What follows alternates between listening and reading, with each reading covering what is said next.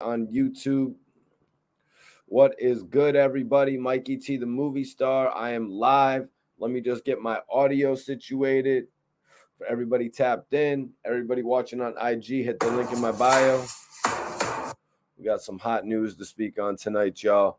We got some classic hip hop shit to speak on tonight. Wack 100 and Gillie Da Kid. That on tonight, y'all. Get my audio level situated before we get started here. Everybody in the chat, let me know that everything is Gucci on the tap in. Let me know that everything is Gucci on the tap in. Y'all can hear me properly. No echo, sound volumes, everything is good. Hit me with the thumbs up in the chat. Let me know that everything is Gucci for the live video tonight. We got quite a bit to talk about. I'm hyped for tonight's live video. We've got quite a bit to talk about tonight. Wack 100 has pretty much explained the reasoning behind the issues with Gillie Da Kid persisting. We're also going to be talking about a classic story with Ja Rule and 50 Cent running into each other. What up, Jalen? What's going on? Schizo, KD. Appreciate everybody tapping in. When you tap in here, make sure you hit that like button.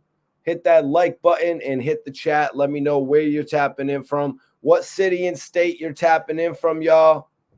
Let me know what city and state you're tapping in from. What you're blazing on tonight. You know, I got that runts on deck. Got this runts on deck. I'll show y'all what I'm smoking later. But right now, I need everybody to hit that link in my bio. We got some epic shit to talk about tonight, everybody. Epic stories for tonight's show. Couple different things we got to tap in on. Appreciate you. Everybody hit that link. Let's go. Hit that like button. Excuse me. Peanut butter breath. Mystic Mac in the building smoking on that peanut butter breath. Let me know what you're blazing. Let me know what city and state you're tapping in from. I want to know who's watching me, from where. Of course, what you're blazing. I'm smoking on some runts. Amazing. Really one of my favorite strains right now. West Virginia in the building, smoking on that OG. OG and a little bit of sour. Y'all ready for the stories tonight? Y'all ready to hear Wack 100 reveal why the issues with Gillie Da Kid are continuing on? Why these problems are lingering? You know, it's pretty clear to me now. I was just having a conversation with one of my guys. It's pretty clear to me why Gillie Da Kid can't just go back to being buddy-buddy with Wack 100. Wack 100 has burned too many fences, y'all. He's burned too many fences. He's actually done too many things that a lot of people find disrespectful. He's actually burned bridges with people from his own state. You know, we've heard it in the past. We've heard other artists say, hey, people don't need to check in with Wack 100 if they can check in with Big U.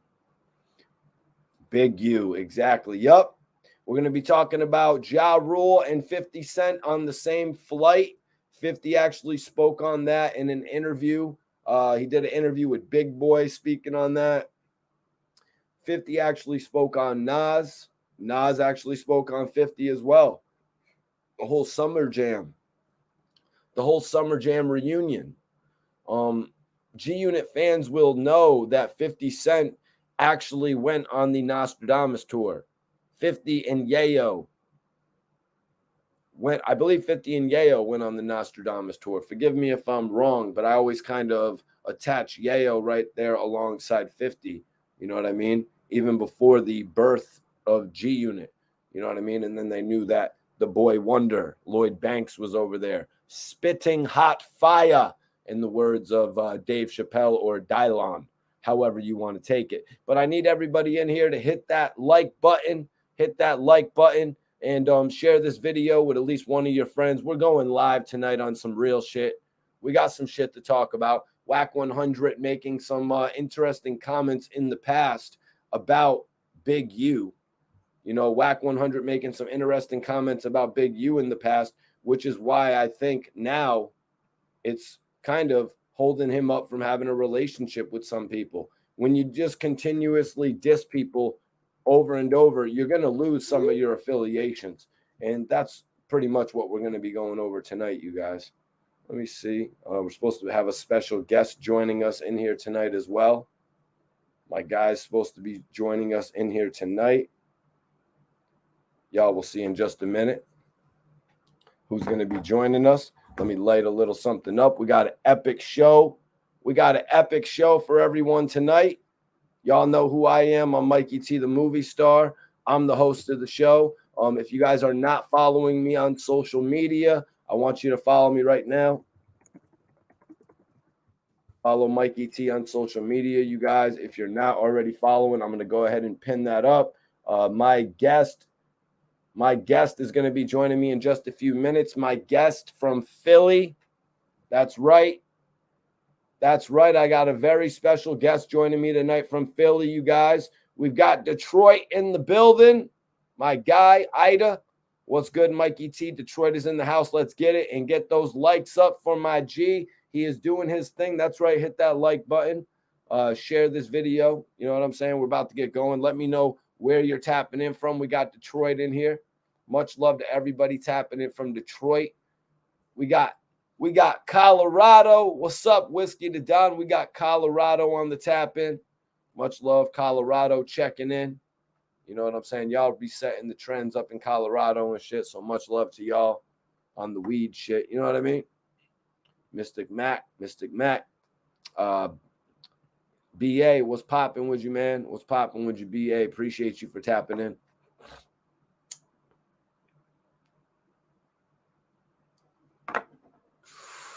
Brooklyn in the house. Much love to Brooklyn on the tap in tonight. We're just getting started. This is how I start all my shows, you guys.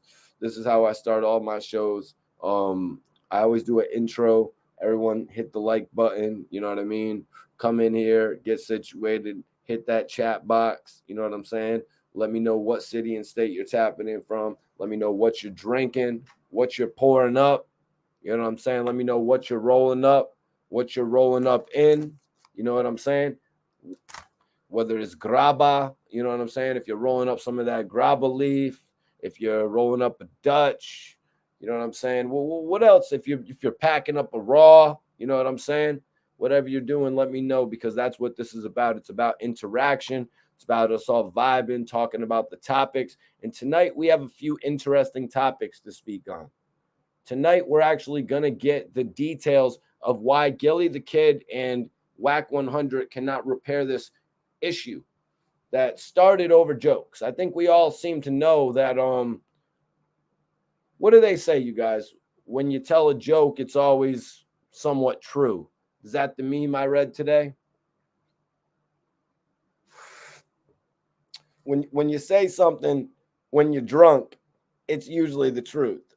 When you tell a joke, it's halfway the truth. Sometimes people be feeling that way.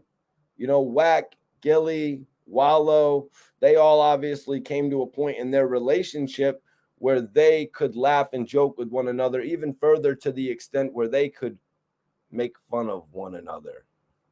But we know when a slap fight happens, what usually happens when a slap fight takes off? Usually when you get into a slap fight, it usually turns into some fists being thrown. Usually when you get into a verbal altercation, some things are said that others just don't really feel that good about. You know what I mean? Sometimes it'll linger with them, especially when you bring a guest on your show that goes on to humiliate someone's name in front of 1 million not live viewers, but 1 million viewers overall. You know what I mean? Jay Prince, let's be real about it, you guys. Jay Prince was backed into a corner. He was backed into a corner because it didn't seem like Jay Prince was getting the immediate attention, the media attention, not the immediate attention. He wasn't getting immediate attention either, because you would hear from Jay Prince all the way back here. You know what I mean? We couldn't really hear so clearly from Jay Prince until he jumped up on the major platforms and started talking about it. He's done that now. He kicked in the door. And you know the rest of the Biggie lyric. You know the rest of the Biggie lyric. You know what I'm saying? He kicked in the door. Someone write the rest of it in the chat. Y'all know the rest of the lyric. Jay Prince was being muzzled, you guys.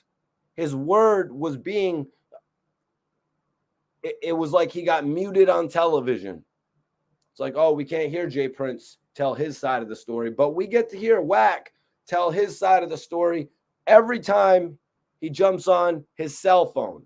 And there's nothing wrong with that. You know what I mean? Wack knows how to do the media thing.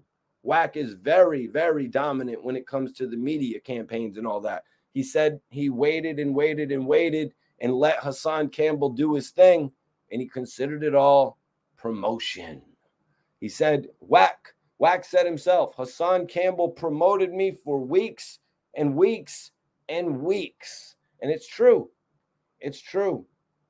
Before Hassan Campbell did all that shit, let's be real, you guys. Everybody share this video. Share this video. Salute the Phillies in the house. Before that, Wack 100 did not have as much promotion. Hassan Campbell probably was the biggest blogger to put Wack 100's name out there like that. But the thing of it is, guys, look back to it. Look back to the first interview. The first interview that Wack 100 did with 6ix9ine, there was a bunch of people hating. You know what I mean? But now, the blitz that he got after the interview with Hassan and 6ix9ine, it was just so much more. Like, everybody was looking at Wack in a crazy way. But there wasn't, like, so much of the media scrutiny that he's getting right now because of this evidence that Hassan Campbell has put out there about him, you know, and he seems to be using the old slogan, right? He seems to be using it or thinks he's using it to his advantage. Negative publicity, positive publicity, it's all publicity. Yeah. In Wack's case, I will agree with that. In Wack's case, I will agree with that 100%, you guys, because of how much negative publicity he has out there. So if he's talking about T.I. now, you know what I mean? Even though, like, he shouldn't be talking about T.I., even though he shouldn't be talking about T.I. in that sort of light, where he's talking about all this bullshit that T.I. is going through right now in his career, even though he really shouldn't be touching on that, it's a little bit less controversial than everything he's got going on involving Nipsey. It's a little bit less controversial than everything he's got going on right now, considering what's going on with Hoover. You know what I'm saying? Larry Hoover, Jay Prince. So, yeah, he'll tackle any topic right now, and he's actually pretty smart about that. You know what I mean? You got to show people you can go all the way left. You think I'm going right? You think I'm going to keep going right every time? I'm going to go all the way left on you this time. I'm going to go all the way left on you this time. We're going to have our special guest joining us in about 10 minutes, you guys. That's right. Very special guest joining us in 10 minutes. Yes, you already know Whiskey to Dawn. Jose, what's up? What's up? Stay lit. We got South Jersey in here. Much love, Young Gino. Much love, Young Gino. Let him know I got love to South Jersey. Much love to everybody out there. Philly, Lionel. What up, Lionel Frager? Appreciate you, LF. Thanks for tapping in, my guy. Brixton. What up, Abu? What up? What up? From Brixton, smoking on that Kimberly OG. Much love to Brixton on the tap in tonight. Hope y'all are enjoying the intro of the show. We're really just getting started on this thing. I want to talk about Gillie Da Kid calling out Ray J. Calling out Ray J right to his face. Laughing at the man right in his face. If he had one wish, it would probably be that he could forget that night. And I'm talking about the Versus night. Talking about when he came out there and his voice was cracking when he was performing his most notable song, aside from the record with Young Berg.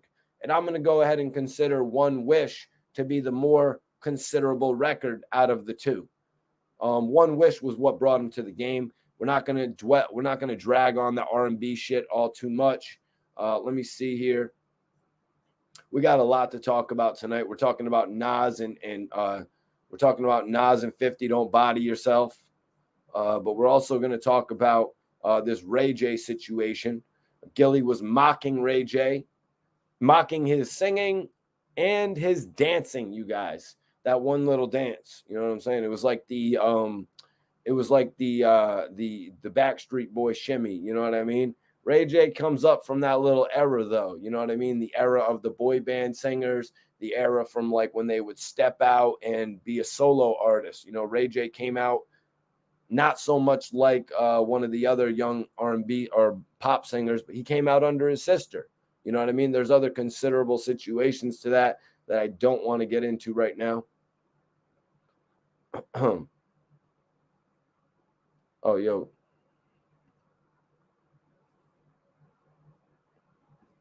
Yeah, I seen Bosco and Wack 100 going through some shit. I seen Bosco and Wack 100 going through some shit. Brooklyn, what up? What up, Jalen? What up, Jalen? Nah, man, Gillie Da Kid knows that I got a lot of love for him. And just because Wack 100 is saying that he's associating himself with a snitch, it has nothing to do with my feelings for Gillie Da Kid or my work and relationship with Gillie Da Kid. Just because I'm reporting on something that somebody said, just because I'm reporting on news out there about 50 Cent and Ja Rule's beef, doesn't mean I'm hating on 50 Cent. Just because I'm reporting on Wack 100 going at Gillie, doesn't mean I'm hating on Gillie. If I report on Hassan going at Wack 100, doesn't mean I'm hating on Wack 100. I'm simply here reporting the information, talking about the information, much like I would be doing with any of my friends when we're speaking about hip-hop conversations. That's why I bring it right here to the forefront. So it is what it is. It is what it is in regard to that, man. Salute to Brooklyn on the tap-in, though. I did not check out the Bosco and Wack 100 video. Maybe I'll do a video on that later this week. You know, I might do a video on that later this week. Tonight, I wanted to cover Wack 100 explaining why the situation with Gillie Da Kid is persisting. That's exactly what I wanted to detail tonight, you guys. Plus, 50 Cent actually spoke on Nas. Spoke on Nas. Nas spoke on 50. Nas sort of spoke on 50 in a light that almost reminded me of Bang'em Smurf. I've got to say, when he mentioned how 50 was so aggressive back in those days, when 50 was, to use a word, when 50 was like really just doing things that you wouldn't believe. You know what I mean? Like even Uncasa told me some shit that 50 was doing back in the day. Breaking CDs and shit like that. Plaques and shit like that. I might have to bring that up back for a throwback interview, man. 50 was mad crazy back in those days before he blew up. That's why I asked the question, how is 50 going to be in the industry? How is 50 going to adapt to the industry standards? That question should have simply been answered when we saw him working with people like Beyonce, you guys. You know what I mean? Getting the opportunity, but that may have been more of a label opportunity, though. Yo, Fifth, we have this opportunity. The one girl from Destiny's Child, new group that's blowing up. She's actually really a solo artist. She wants to do that. Yeah, so it could have worked out like that. I would love to speak with 50 Cent about that type of shit, though. Ask him the real questions about his career. As we spoke on the other day, Nas, I'm going to be all right. That's right. Nas, Jennifer Lopez, I'm going to be all right. One of the major records released from J-Lo. Probably, I'm going to say, what was that? Her third, you know what I mean? Because J-Lo had records with LL, Fat Joe, and Ja Rule. I think we all know the Ja Rule record was the biggest one. But I'm going to be all right up there with some of the best. 50 Cent was actually supposed to be on I'm going to be all right. If you guys haven't, I'm pretty sure everybody in this chat has actually heard the record, I'm going to be all right. Did the problem start there? Did the problem start there just because Nas got an opportunity that 50 Cent was previously going to have? Do y'all think the problem started there? 50 Cent and Nas were on tour together. Nas was on a 50 Cent record with Nature, Too Hot, on the debut album. You know what I'm saying? Nas actually was doing things for 50 Cent.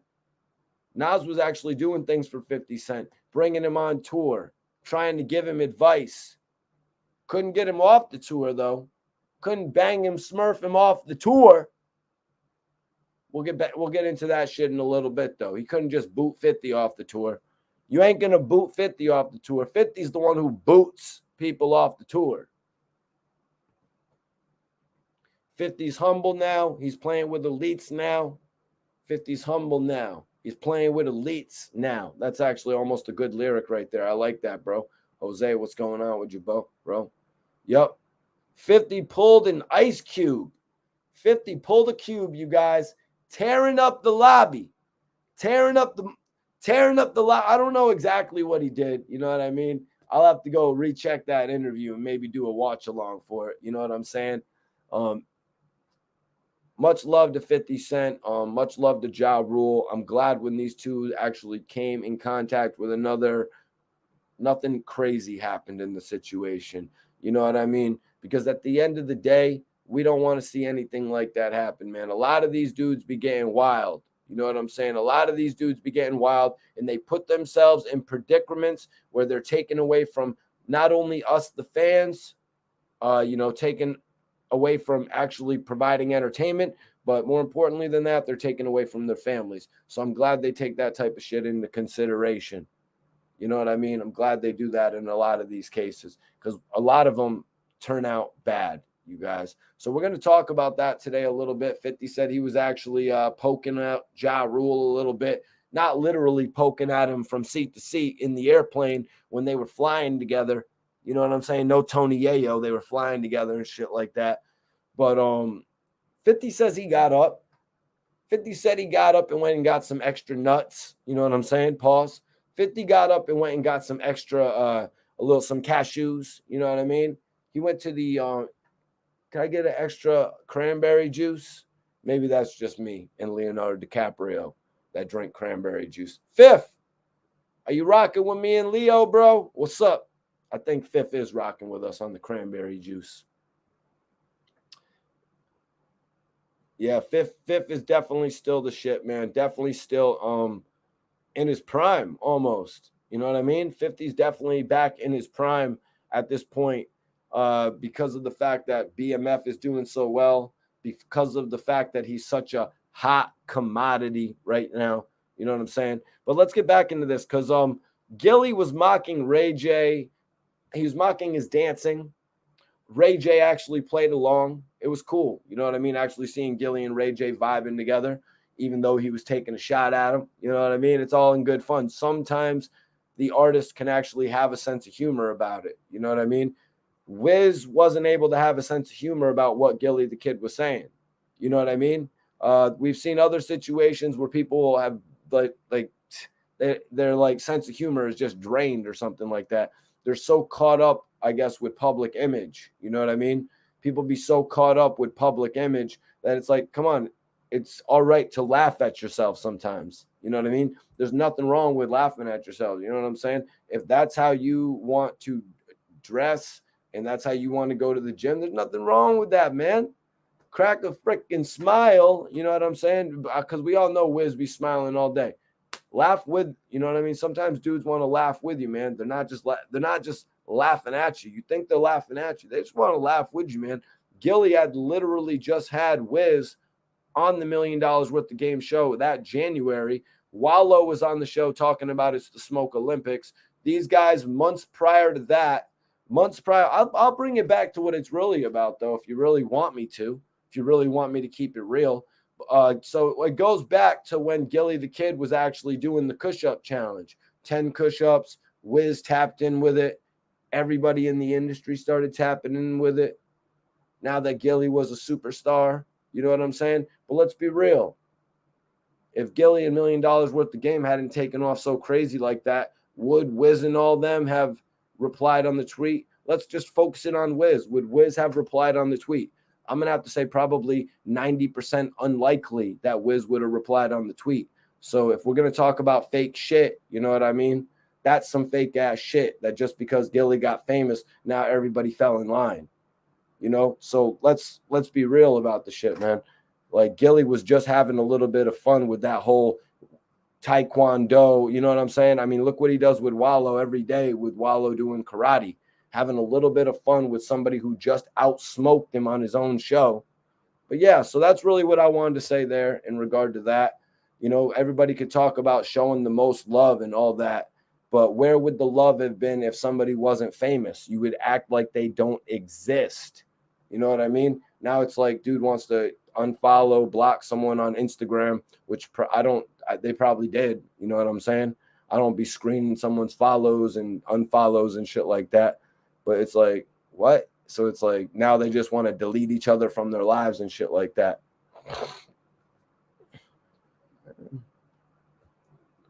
So yeah, I wanted to get that off my chest though as well. That's not officially the topic for the night. You know, I would love to actually be second, man.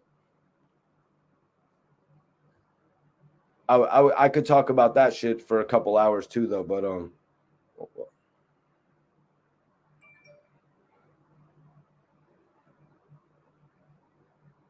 okay. Salute to my guy, Death of the Clout Chaser, Big Chuck. Where you at, Big Chuck? Okay. Jim Jones and Snoop Dogg. What you mean, Jim Jones and Snoop Dogg, bro? Two of the top smokers. What up? What up? What up? What up, my guy? What up, my guy? So, Gillie is like if I had one wish, and Ray J is like, you sound good, you know, complimenting Gillie singing. Gillie's always on his R&B shit. Gil hit the notes a little better than Ray J did during the verses, pretty much though, you guys. Gillie's like, y'all see the lip shake. I guess he was doing the whole lip shake with it. You know, he was on his R&B shit. Gillie always be doing his best, you know, his best Michael Jackson. No, I don't think it was Gillie that liked Michael Jackson. That was Wallo who really liked Michael Jackson. They was arguing about it like crazy one time when I was with them. Wallo was like, don't put that on Mike's jacket. Stop, Gil. They was arguing like crazy one time when I was filming them about Michael Jackson. That shit was lit. So Wack is like, that's why I went home early. So Wack actually talked about the BET Awards and all that shit. The BET Awards that they were all at. Apparently, you know, but that what I was talking about first was the verses. So it was two kind of crazy incidents that happened in Ray J's career within like a short period of time. First, you had Ray J totally bombing at the verses, and then you had Ray J eating cup noodles at the BET Awards. So Ray J is back in the headlines like crazy. I wonder if Gil and Wallo will actually have him on the show. What up, Nightman? What's popping with you, bro? I appreciate you for tapping in tonight. We have a very special guest. He's just tapping in right now. Let me know when you're ready. Give me the thumbs up. My guy's in the green room. All right, man. We got my bro tapping in. SB Twiz back in the building. My brother Mikey T, always much love and respect, man. Thanks for having me, brother. How you been? No, it's all good, bro. I appreciate you for tapping in. No doubt. Little preliminary topic, man. Okay. So we were talking about Gillie going in on Wack 100's associate Ray J. Ray J pretty much had a crazy week. He bombed at the verses. His vocal cords were given out with the one wish. And then he was in cup noodle at the BET Awards, I guess. Facts. I actually watched that versus, man. That was it was a bad joint, but Ray J definitely had fun, but he seemed like he was more upset of the people that he upset, like, Brandy, his mom, the fans. But it happens, man. I mean, this happens when you a singer, we all know. And shout out to the whole chat too. But when you a singer, you know you gotta continue to exercise your voice. You can't just be off Chase Moolah, my brother. Salute, salute.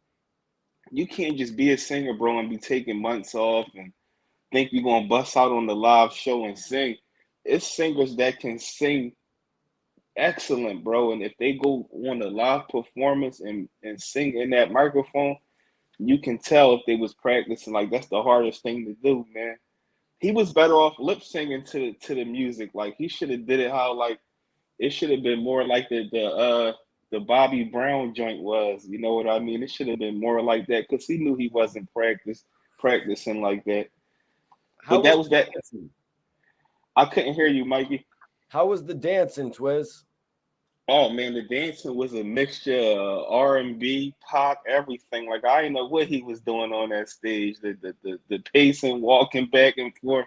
I'm like, man, he seemed like he was enjoying himself though. I don't during the show. It's just like afterwards, it was one of them Jones. Like he woke up the next morning, like, damn, I humiliated myself out there.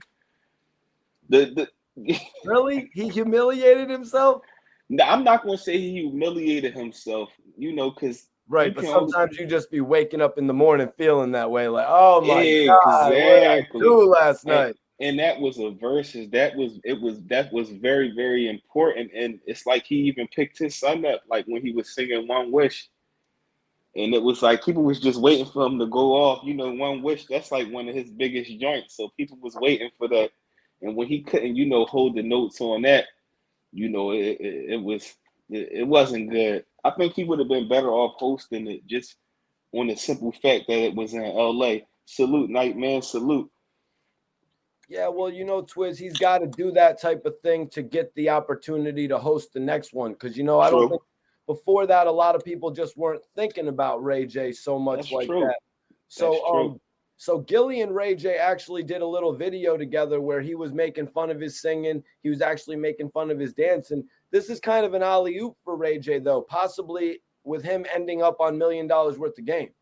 Oh yeah, absolutely. Absolutely. I think he would be a great guest for Gil and them to have on the show. And Ray J is also, he seems like a down to earth person. You know what I mean? Like he's not too Hollywood or nothing. And he didn't make no excuses or nothing. He just seemed upset about it. And he accepted the criticism and the feedback. So yeah, that I think that would be a great episode. And Twiz, just let everybody know since we didn't cover it on the channel, who actually won that versus with Omarion and Mario. Mario won because I feel like, for one, for some reason it seemed like the odds was against Mario because people was thinking of Omarion, just his whole him as an entertainer, you know what I mean, as far as like the dancing, and not forgetting that Mario could dance too, but I feel like Mario outsung him. I don't think that Omarion, he was more concerned of having the dance steps and the backup dances more than he was than actually delivering his vocals.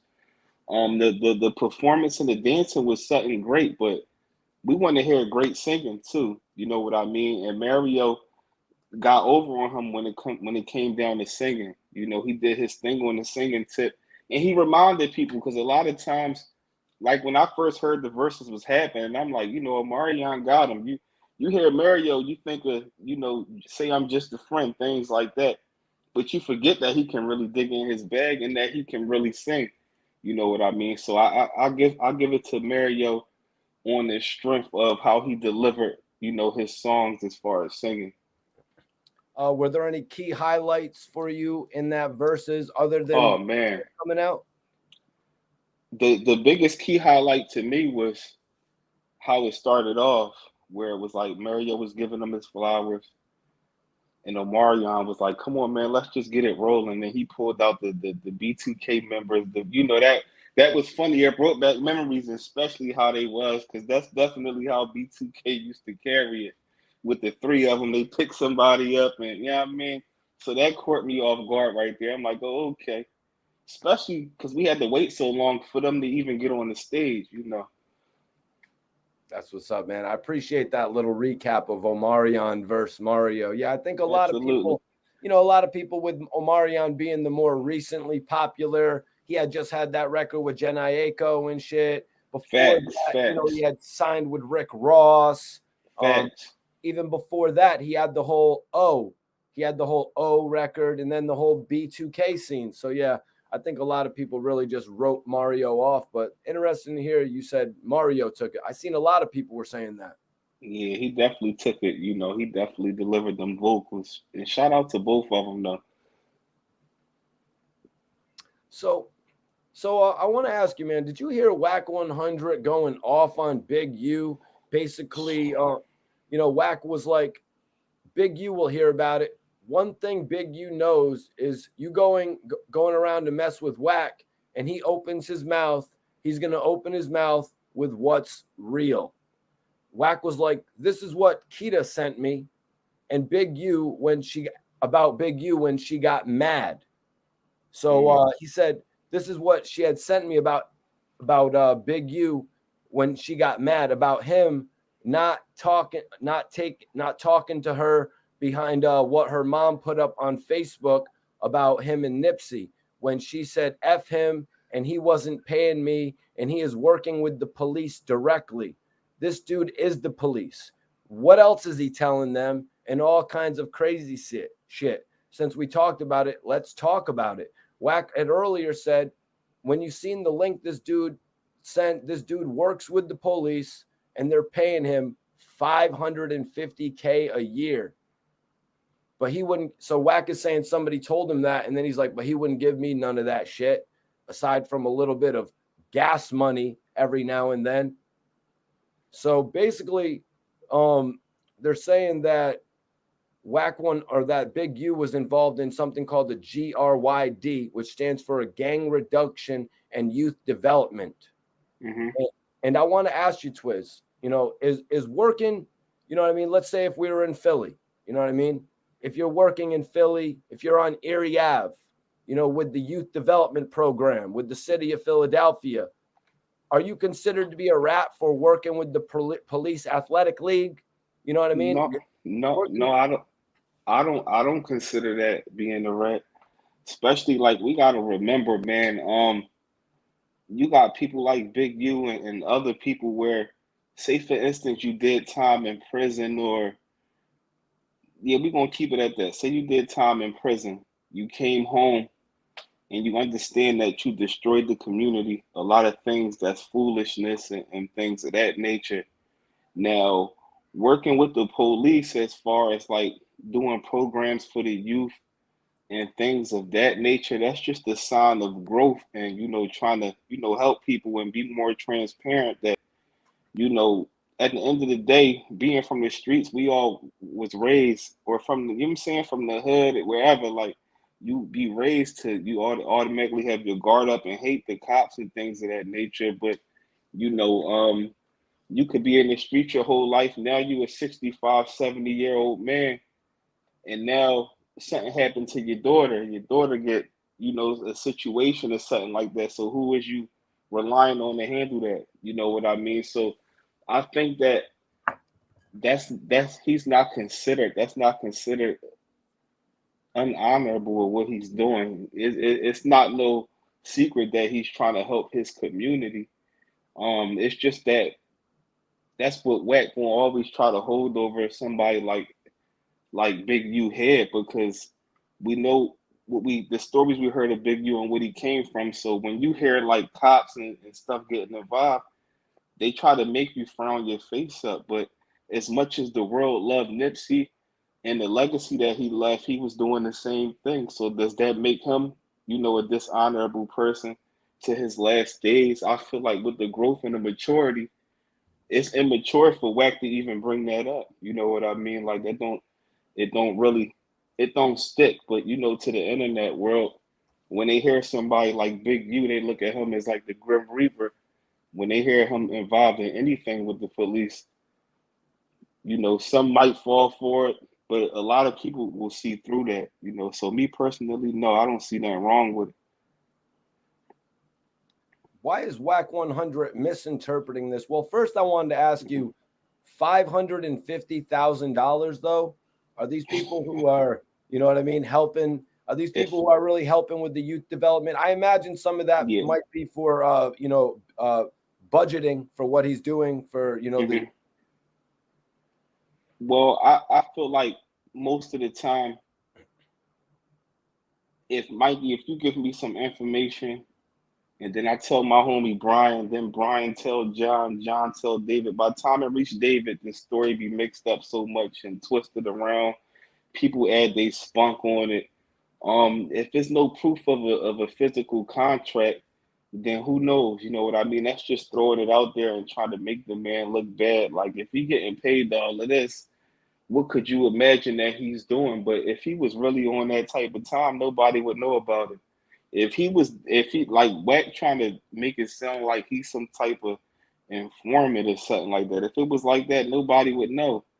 They wouldn't know. If he was an informant, he wouldn't he if he was on that type of time, he wouldn't even come back and be trying to build a community. They would let him come home and still be a part of the streets and still be a respected OG out there so he can be in the mix with the the soldiers, and then he would be giving up information that way.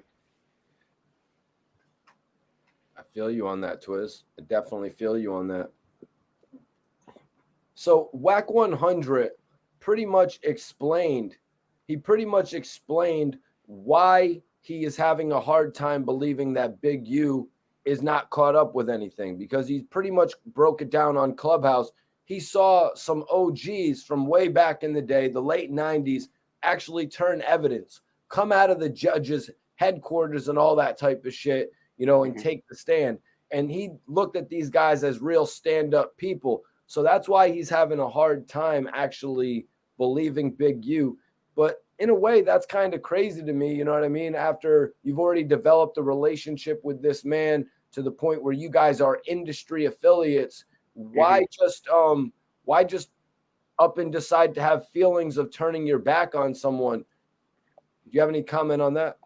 I think that I look at Wack as a snake.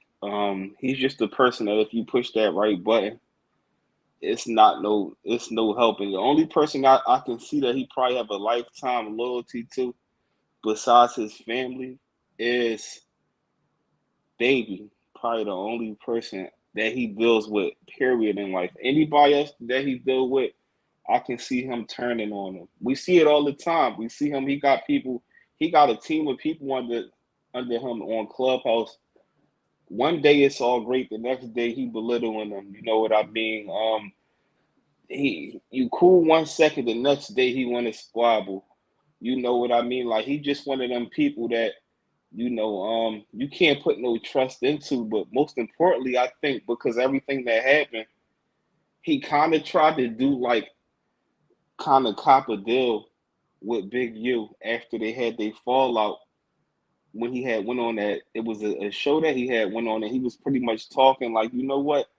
Yeah, I'm kind of upset that I can't even, text his wife or nothing like that for Mother's Day. He normally text my wife. So he was kind of like venting, but not trying to look like a sucker at the same time. And then Big U responded like, no, you're going to have to see me. So he see that Big U wasn't, open to even accepting the apology. Not saying that was, but he see Big U wasn't even, Big U is how he carrying it. So that's what you do is people like that, they try to turn the world against somebody to make them look crazier. So now you got people teaming up with him. So maybe the people that respect him from his area or people that's out Cali or whatever, they might be looking at him crazy, like, dang, is OG working with the law? That's when people do, they try to put stuff in the world to try to have negative energy towards a person. But that shouldn't work. I don't think that should work. So, Twiz, we're about a week removed from the BET Awards. Wack Uh-huh. 100 said everybody came and greeted Wack with a handshake. The man spoke of himself in the third person. First of all, he's like, it's like you going like, yo, Twiz, how was the BET Award weekend, bro? Yo, everybody came and greeted Twiz with a handshake, man. Facts.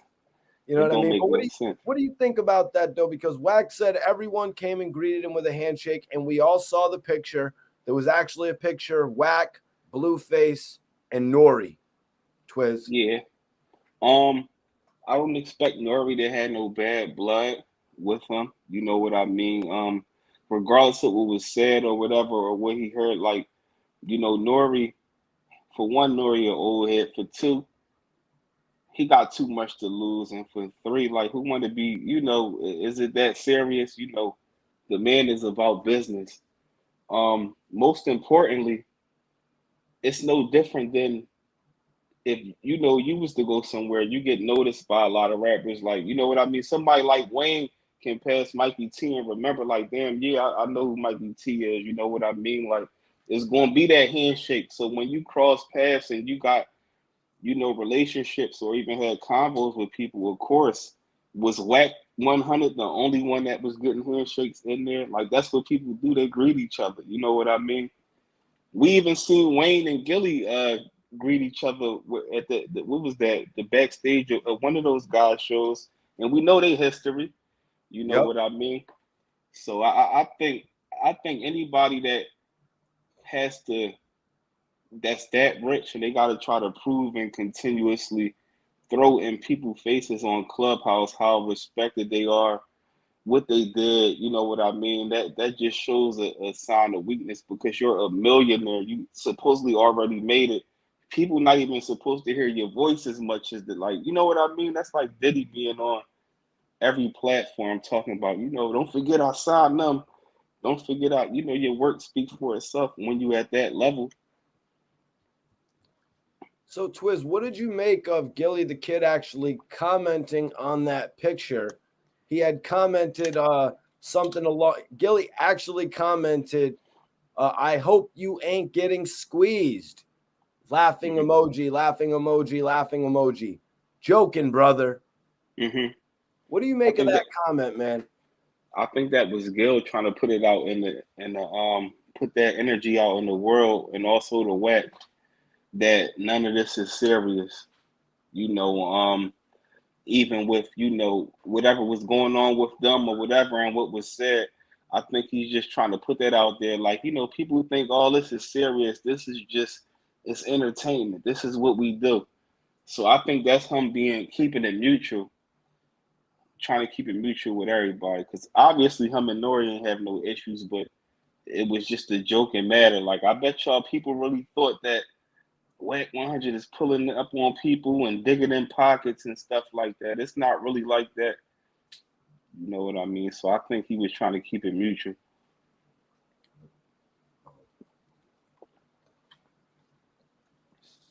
So we got 2 ways. All right. So you mentioned it. You mentioned it, Twiz.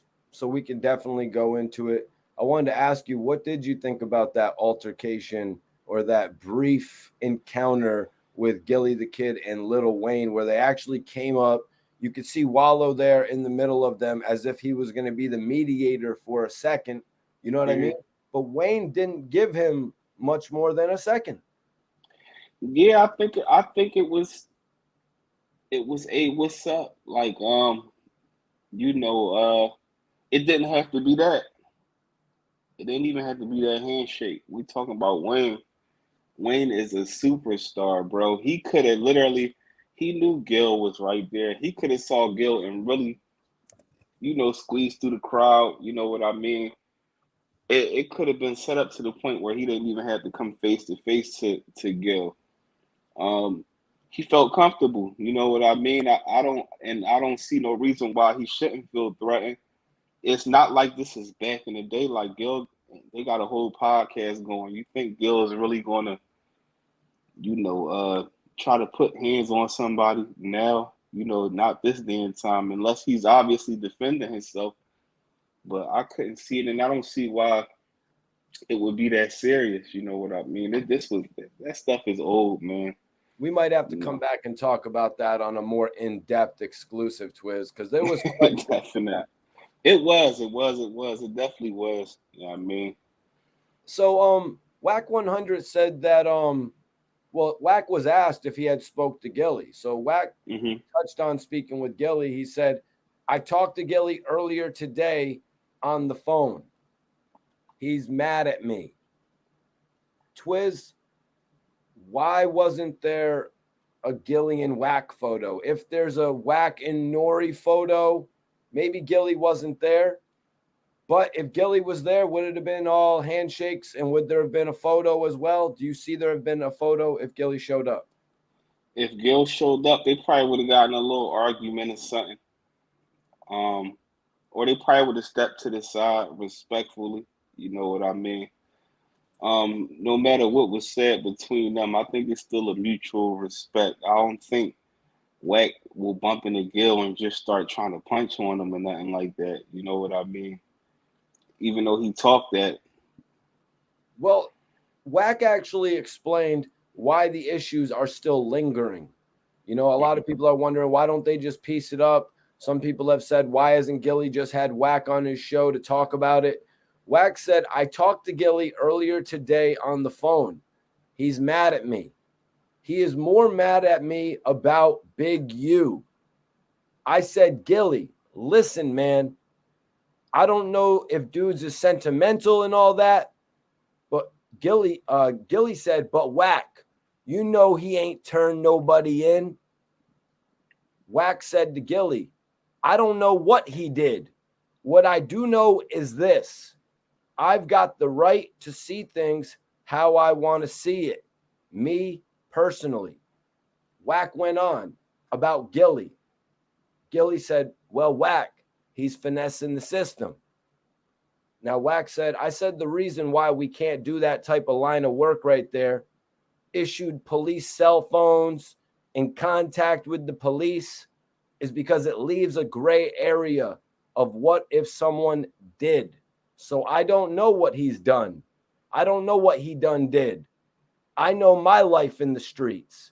So before we get further into it, where Wack gives an example of why he can no longer trust Big U, what do you take about that conversation right there with Wack talking to Gillie and Gillie saying to, you know, Gillie being more mad at Wack right now over all the public issues with Big U, Twiz?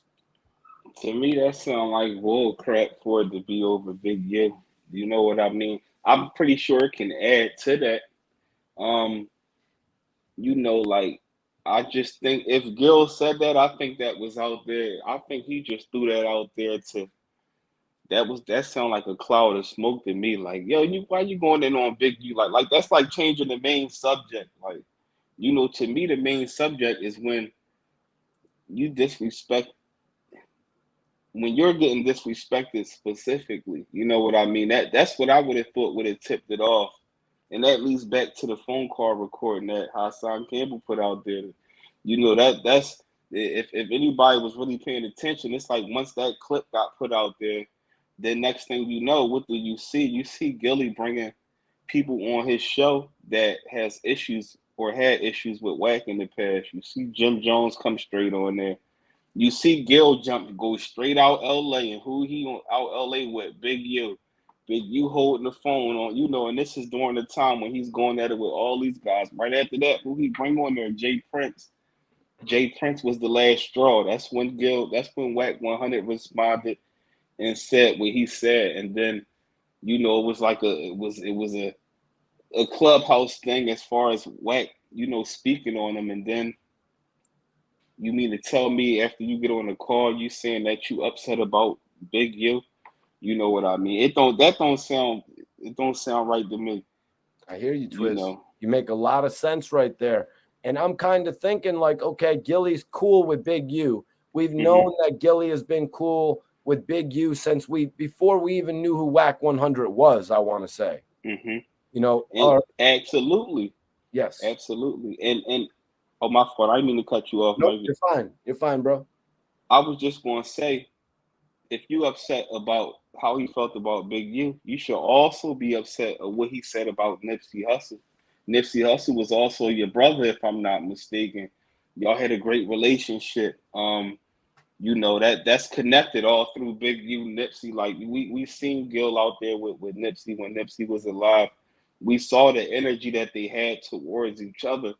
Right. So you know, I would have accepted more of him saying like, damn, it's crazy how you going in on Nipsey Hussle. Because we remember, Mikey, you remember with the Kodak Black stuff, you know, Gil was straight at Kodak Black, you know what I mean?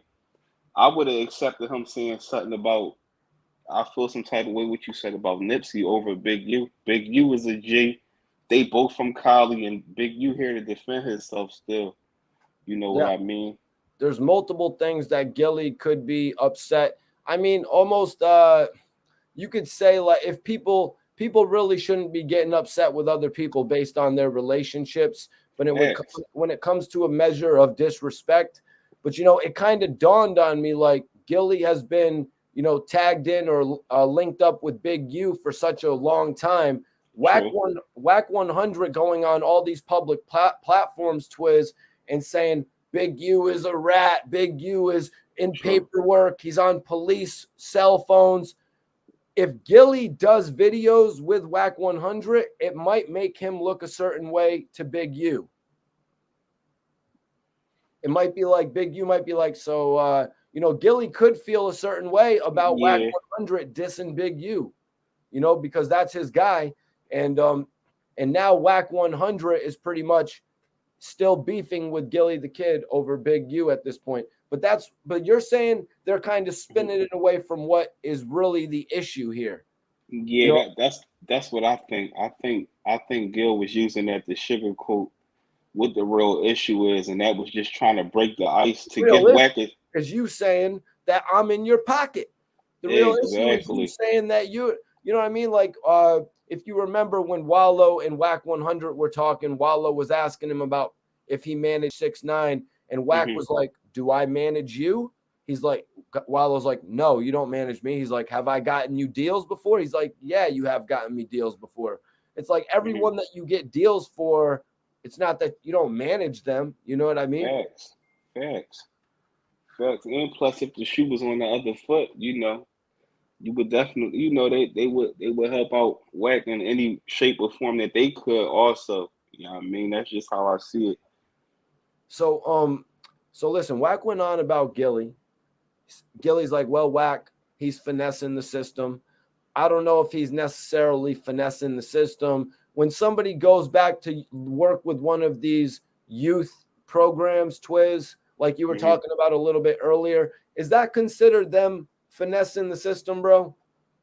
No, that's not for finessing the system. But it's different ways that you can finesse the system. That's not one of them. You know what I mean? Finessing the system is what his man 6ix9ine did. You know what I mean? Right. As far as he did, and he got all those people behind bars, and you come back and you still jump in the line of the streets. You still talk like you that street boy and that you respected. You popping up on shows with people, and you like these people would move for me. That's finessing the system. Not You know going what I back mean? to youth programs, not going to schools, going to prison and Yeah. speaking, not running around like Gillie and Wallo are doing right now with $25,000 checks. You know what I'm Facts. saying? Not running around Facts. with all those barstool checks. I don't look at that as finessing the system. These guys that are helping and leading these programs, I feel like they should be doing that at the goodness of their heart, not, oh, I'm going to get that major tax break at the end of the year and I'm going to get 50 free cell phones or whatever it's over, Twiz. Facts. Facts. They giving back, man. Regardless of the fact, they giving back to the community, and Wack says that he does a lot. So for him to say that he does a lot for the community or wherever he came from, I believe he's from Compton. He should be understanding of that, because at the end of the day, when he talk about his kids, he say his kids are civilians. His kids know to call the cops. His kid, you know what I mean? So it's like either you in the streets or you're not, bro. Like, you know what I mean? If you active and you 100% you active in the streets, you doing what you do out there, and now you got relationships with cops, and you even though a lot of street guys do that too, it's cops that pull up on people blocks and they know the cops know their name, they have 10-minute conversations with them out there, don't nobody say nothing, but You know what I mean? If you ain't 100% active in the streets, it's nothing to be questioned about. We know what Big U is doing. He didn't come home and continue to do the things that got him in there. You know, he a changed man. He not. It ain't like he's sitting up here lining people up to get them booked. He's trying to help rebuild the community. You know, sometimes you gotta have that maturity and realize that other stuff it don't mean nothing, man. If your intentions is right. So Wack said, I said the reason why we can't do that line of work right there, the issued police cell phones and the contact with the police, because it leaves a gray area of what if someone did. So I don't know what he done did. I know my life in the streets. I done had my shake. I done had to shake my head a few times at what people did that I thought they wouldn't do. Wack continued, making his point. Like what? Nah, man. Wack, here goes the paperwork. Nah, not that dude. One of my G homies in 1997. So I'm going to want you to speak on this, Twiz. He said, while Baby Gangsta on trial, he's trying to figure out how the police know what they know. And there ain't no evidence. There ain't no witness. There ain't no nothing. Wack went on. Homie go into the trial. A G homie come out the judge's chambers and he gets on the stand. Dudes don't know what's going on. What's the G homie doing up there? This is a G dude. This is the dude that probably got one of the top 2 coldest hands from the set. G homie. This is 1997. Dude, get up there and say that he's the one that did this. He's the one that did that. Was you there? No, I wasn't there. The defense attorney said he wasn't there. We can't use nothing he say. The judge is looking at this paperwork and we can go on what he says we can go on what he's saying because he's been a reliable informant since 1987, whose info has led to multiple convictions and a total of 40 plus years. So now when dudes ask themselves, how did they know the spot? How did they know the old lady was holding our stuff? Because it's the G homie. This is why I don't want to hear what someone don't know. I done had my heart broke a few times. I don't know what someone is going to do. This is why he cannot turn back his thoughts on Big U, apparently, Twiz. What's your thoughts on that whole story that Wack 100 laid out to present his argument in regard to the beef with Gillie, the situation with Big U, continuing their problems? Yeah, so that was real deep. Mikey, is it cool if I grab my vape right here real quick? Oh yeah, of course, bro. All right, I apologize for hopping up real quick. I'm just worries. grabbing this joint real quick. My fault. Yo, respect Malik, respect. Everybody go tap in. Salute to SV Twiz. Subscribe to the Hood Blogger. Just hit that link right there. I appreciate you posting that, Iceberg. Also, y'all can check out Right For You, the single release from Bella K and Kenza. Yeah, go check that out right now. But Twiz, yeah, you said that was real deep. It was, man. He took us back to 1997, an informant from 87. And I just gotta say real quick, salute Iceberg. I see you, brother. Much love and respect, and shout out to the chat again. Now, I just want to rewind it a little bit more because Wack said something about police issued cell phone. Yep. So he's trying to say that the police officers assigned him a cell phone, like, you know, this is a proven fact. Is that what he's saying? Like when he say a police assigned cell phone?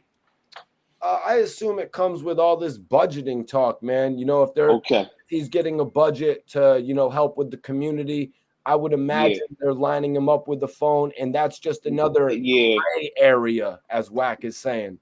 But what I wanted to say about the cell phone was, like, I don't think that they would have probably assigned him a cell phone when we all know they can tap any phone in the world they want to. With them assigning him a phone, that wouldn't be public information for people to find out, because them people that work with them folks, the folks that, like, they know, they smart. Like, they don't just move sloppy, man. It be the people you least expect. It be the guy that you look up to. You know what I mean? But just to speak on the whole situation, the guy that he was talking about that took the stand and everything, that was somebody else, right? That wasn't Big U. Nope. Nothing to do with Big U, bro. Just a whole Yeah. other situation. And he's So, using the situation to guide his belief on what Big U is doing. but the situation that he's talking about, it could apply for himself also if people look at how he moves. So what makes him different from that bunch? What makes him different from the bunch when you befriending people like 6ix9ine and you thinking of the business side of things? My whole thing is this: if it's not no physical paperwork of Big U, him being a street guy and the power roof for 62 years and this and that, he should know that's the last thing he should be trying to put on his name. You got to have proofs and evidences. If it's no proofs or nothing, now you just reaching. So you mean to tell me, if that's the case, if he going to use that as a example and try to compare, you mean to tell me that it's guys that came? You mean to tell me right now that it's not no guys that did major time and came home and worked with programs and try to help the youth out? They might not have names as big as Big U. It happens in every hood. It happens around the world. A lot of everywhere, man. I think that like I said, someone with Big U and a respect level that he had, if he was doing any type of informant work, he would still came home as that triple OG. He would have still been in the mix. You know what I mean? He would have still been. It's a movie. I think it's called like Brooklyn or something like that. And the dude, he's an informant. Like he worked with the cops. So he might be a cop. I forgot what it is, but whatever it is, he like an informant or something. But he's the plug. Like he supplying everybody. You know what I mean? They want you to be like deep cover so you can really give up everything. You know what I mean? Big U is respected as a G. He would still have that image. He would still have that same image. It wouldn't be no saving the youth. You can't be somebody that you out here and you trying to bring the community together and you helping people and you taking like the music route, but you an informant. Like it wouldn't add up to me for someone of his stature. It would make more sense to send him home and let him know, continue to run your head, continue to be the G. We're gonna make sure you don't do no time. We need you to take down these. You know what I mean? He would just be coming home and mad people would be getting locked up and he would continue to be out there. He wouldn't be known to the world as a public figure. You know what I mean? He would just still be that street guy. So let me see where we are here with this. So Wack went on, yo. Gillie was more mad at that. He's like, Wack, I didn't like the fact, like, hey, look, Gillie, let me tell you something. But Wack, you the one, but Wack, you the one that brought it to the light. Gillie's like, you're he didn't like the fact that Wack 100 brought all this information of Big U to the light. Wack says, no, I didn't. You dudes is weird. So the situation is when Big U's niece kept Keita, who has a relationship with Wack, and they were going actually back and forth. I guess they'd be on Clubhouse together going back and forth. But then Star Wolf apparently put out some info about Big U working with them programs, which has him tied up with the Popo, apparently. Wack is like, I didn't know my reading was so good. And then I questioned the Star dude, said, yo, send me all the paperwork to what you're reading. I want to see it, the documents. He sent me all the documents, 126 pages. You know what I did? I sent the narration clip from YouTube to Gillie. That Star dude was accusing me of knowing. He's saying me and Big U is too close. I got to clear my name, and he got all the paperwork. But let me tell you something. Gillie ain't going to do. He ain't going to watch that clip or read that paperwork. Gillie's not going to put Big U on blast, Twiz. I think it's pretty evident. Why would he do that? So he making it clear that the paperwork, that it is paperwork on Big U. That's what he's trying to say. 126 pages, man. But Yeah, then, 100. get this. But then get this. He says, let me see. He got I got to clear my name, and he got all the paperwork. But let me tell you something. Gillie ain't going to do that. He ain't going to watch that clip or read that paperwork. Oh, okay. All right. So he's saying that he's sending Gillie the clip as well as the paperwork. You know what I mean? What I can say is, it's a crazy situation. Just to speak on like the Big U situation or anybody that's well respected, anybody is capable of telling or folding or bending. It might like you spoke on earlier where he was talking about it's people that went to jail and then they was in jail 20 years and then they chose to start telling. You know what I mean? It happens. It wouldn't shock me. What I was saying was if there's no proof of him telling, you just putting it out there to just it's demolish his character and personality. If it is paperwork and it's true paperwork of Big U telling, I don't think Gillie would he wouldn't expose that. I don't think that. I think Gil is at the point where certain relationships and certain if it's beneficial to him, I think that he would turn his head the other way. Truthfully, you know what I mean. I'm not saying it's right or I'm not saying that it's wrong, but I know for a fact if it is paperwork on Big U and it was sent to him, Gil is not going to he's not going to expose it. You know what I mean? He not going to co-sign what Wack is saying. He wouldn't treat him like someone that he never did business with or a new or upcoming rapper or something. He wouldn't expose it like that. I don't think so. So let's flip the topic, man. I want to talk about 50 Cent, Ja Rule, and Nas, man. 50 actually did an interview. He actually, you know how 50 does these interviews where he says, everybody calls me the bully, but I'm the victim. I was really the victim in that situation with Murder Inc., but they call me the bully. But sometimes 50 Cent calls himself the bully as well. You know, he said he's the bad guy of hip hop a lot of times, Twiz.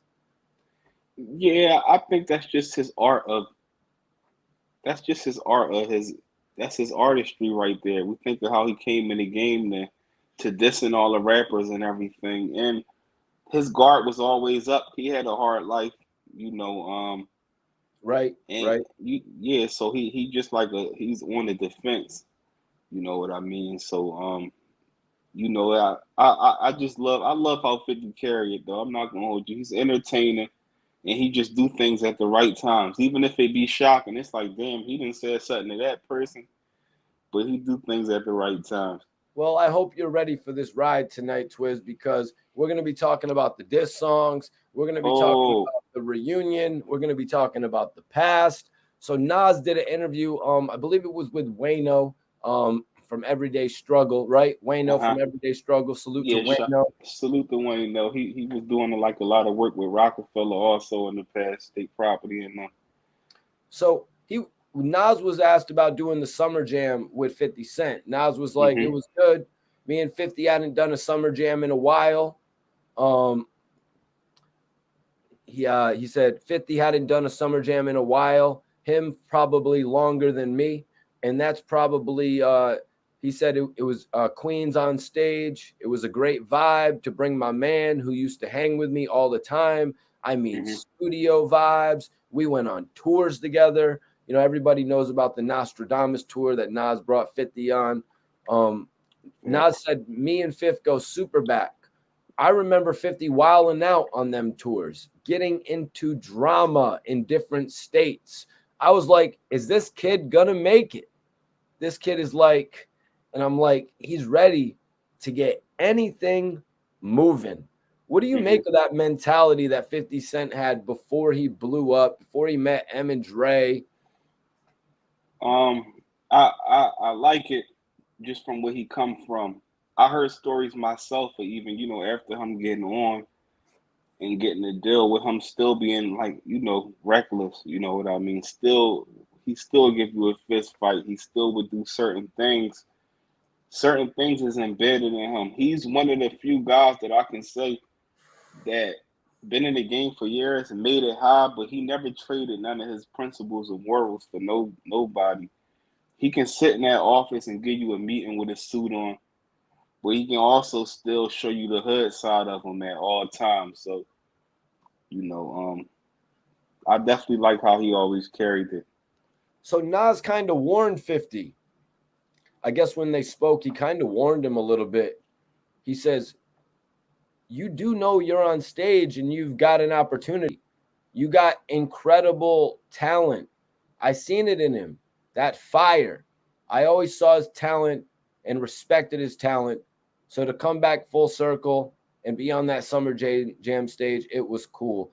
What do you make of what he said to 50 there? You know what I mean? Telling him, like, you got a major opportunity and got incredible talent. Do you feel like that's just something that Nas could see in 50 Cent? Yeah, I think that he probably see the talent, and 50 got the natural it factor, but he was probably also trying to give him the heads up. Like we see rappers these days, they throw their career away, for their real card. You know what I mean? Because he probably saw that in 50. Like 50, don't get, you separate the streets from your career, man. You gotta put one thing to the side. And he probably knew that 50 was capable of putting his career on the line, and I'm pretty sure it was times where it was real close, but 50 bob and weave through it. Sway had asked Nas about about 50 during his Hip Hop Is Dead album campaign, and Nas said, there's so much bread in rap that we kind of get lost in it. Every kind of music is stagnant once in a while, and it needs to be energized. All kind of rap is out right now that I'm digging. Ice Cube said there's so many ups and downs with it. At this point, I've seen so many of the purists who really love it turn to struggling artists because there's not benefiting, whereas dudes who don't have talent is benefiting. It's a period where it's been dead. I'm just bold enough to say it. The beefs and diffs was brought up. To Nas verse 50, 50 verse Ja. He was asked by Sway if he was going to respond to 50. But yeah, man. So any thoughts on what Nas had said in that statement, Twiz? It looked like you wanted to speak up on. I understand exactly what Nas said. The thing that separates 50 than artists like Nas is a legend, bro. Like one of the greatest rappers, you know what I mean, of all times.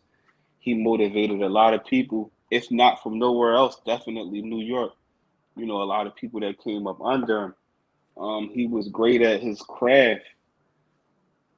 When it comes to someone like 50 is not as lyrical as someone as Nas. But he was also business minded. I think the more business minded that you are, the longer that you'll last. You know what I mean? Like even with Ice Cube, like Ice Cube did the movies and things of that nature. That expanded his career longer than what it would have been if he would have just kept it at rapping. You know what I mean? Yep. 50 just continued to shoot for different things. Like he did the vitamin water. He alcohol, this and that. Now he got the series, and he caught the series at a great time. You know what I mean? When everybody loves television shows and podcasts right now. Facts. And he did it great. Whereas like you can do a movie. What's the movie going to be? An hour and 40 minutes at the most. Or you can stretch out a series and give a person an hour every week to the point it's like if you ever read a good book or something, and when you put that book down and you on chapter 3, you remembering what happened in chapter 3. You know what I mean? You like, I can't wait to see what happened. And you open that book back up and you like, oh, that's like the feeling that you get from a series. You know what I mean? You get attached to the characters and things of that nature. So I think it's more so about the hustle. When you in that limelight and you getting it, then you got to do other things. And I think that's what a lot of artists from Nas ever lacked. They was rapping and they had the finest women, finest cars, and all of that, and they thought it would last forever. Not to say that Nas is off. Of course, he's still comfortable, but you know what I mean. It's rappers nowadays that's corny, or they might have like a 6 month, a year career, and they doing so many investments, and they sitting better than a lot of legends that was very talented. You know what I mean? So, but that's pretty much all I had to really say on that. So Nas spoke on, being involved in one of the biggest battles, being called out by 50 Cent. He Mm-hmm. said, if I feed into it, you know what that is. When I battle, that was the biggest battle in rap music. If I gave them he said, I gave them a whole platform to stand on. So they Mm-hmm. standing on a platform that I built. If you listen to Cam's thing, it was pieces of ether put together. They're standing on a platform that I helped build. You have to make a certain amount of albums. You have to have survived a lot. You can't be an album or two albums, or you went platinum one time, or you performed in front of 6,000 people twice in your life to be in the ring with me. You have to be someone in my weight class. That's not really a battle, but there is a spanking I can do. Lyrical verbal assaults on some of you clowns out there. Honestly, they take on this album is more of a unity thing. I don't know at this moment. I don't know if I'm going to let them records fly where I do answer a thing or two. What do you, first of all, before we get into the piggy bank and the don't body yourself, we're going to go over those lyrics, Twiz, just so I can get your thoughts on them. What do you make of Nas trying to keep his albums more about unity and keep that beefing element out of it? And also, what's your thoughts on him saying he built the platform that 50 and a lot of these artists, Gucci Man, and a lot of these artists beefing stood on? As far as with the unity and everything, I feel as though it's well needed. You know what I mean? Will people listen? Yeah, people will listen, but the people that needs to listen is not going to listen. That's what it boils down to. The youth, the ones that's caught up in the all the drama, they don't really listen to it. It don't catch them. That's why he said hip But hop is dead, Twiz. exactly, and that's what makes some still original hip hop artist, because of his artistry, like the slick Rick style, you know what I mean, where they had it was like a message to the children. It was a message behind everything. It just wasn't, everything wasn't drama and bang bang this. You know what I mean? As far as with the diss tracks, he's absolutely right. 50 is not qualified to get in the ring with somebody like Nas. You know what I mean? He not qualified. I don't know if that 1 to 2 albums thing, do you think at that point he was directing that at the fact that 50 had maybe Get Rich or Die Trying only out at that point, and maybe The Massacre coming or out at that point? Is that a line at 50 right there? The fact that he had 2 albums out at that point? Yeah, it probably was that, or him just speaking in general. Like, if you came out, if you an artist and you nobody knew you till the 2000s, don't come stepping in the ring with him. He's in a different bracket, and I think that's just where the lack of respect is just lost in hip hop, where you can have an artist that been rapping for 6 months, he's lit on the internet, and he don't got respect for the big puns, the big L's, the biggies, the Tupacs. You know what I mean? Like, um, it should always be homage, and you always respect those that did it before you. It's different classes, you know what I mean? Like, they come out with the XXL cover or not, like, it's different classes of artists. You can't attack the old head that been in the game for years just because he might not have put an album out in 2, 3 years. And you might think you got a couple things that you can say about him in the track. Me personally, I don't think that 50 was qualified to step in the ring with somebody like Nas. Nas and Jay-Z was just like, that right there was like one of the most historic battles right there. You know what I mean? All right, so let's get into the lyrics from Don't Body Yourself. Nas said, "It's on, I'ma bury 'em. They don't want beef, they vegetarian. Scared of pussy, you climbed out of cesarean." So he goes, "I push your grown ass back in your mother's womb. You need 9 more months. Your crew's 9 more punks. You rhyme on stuff and you claim I ain't signed y'all up. If I sign y'all up, I'm on dust." Those lines right there, you need 9 more months. Your crew's 9 more punks. Shots at the 9 shots, the nine, the fact that is that what that is? It could be. It could be, and that's what makes the beauty of that, because it's like you gotta like, damn, he could be talking about that. You know what I'm saying, boy? If he wasn't talking about that, well, what's he talking about? You know what I mean? And that's where the artistry come in at. Sometimes you gotta play them Jones back 3, 4 times to try to figure it out. And then he goes, "You rhyme on stuff and claim I ain't sign y'all up." Like Nas was supposed to sign 50 and all them at that point in time. We would later go on to hear that Nas was being courted by the likes of Irv Gotti, and he would go on to sign with Jay-Z. So maybe Nas didn't really feel he was in the position to sign 50 and G-Unit and all them. Do you think 50 and all them were tight on the fact that Nas didn't sign him back in the day? Depending on what stage of their career was, like you said before him being signed, absolutely. You know what I mean? Because when you coming from off of the streets and you a rapper, that's just like out Philly. It's a big thing where everybody be like, you know what, Meek should put me on, like Meek should do this, or you know what I'm saying, because he's in the game, not understanding the politics that come with it. You know what I mean?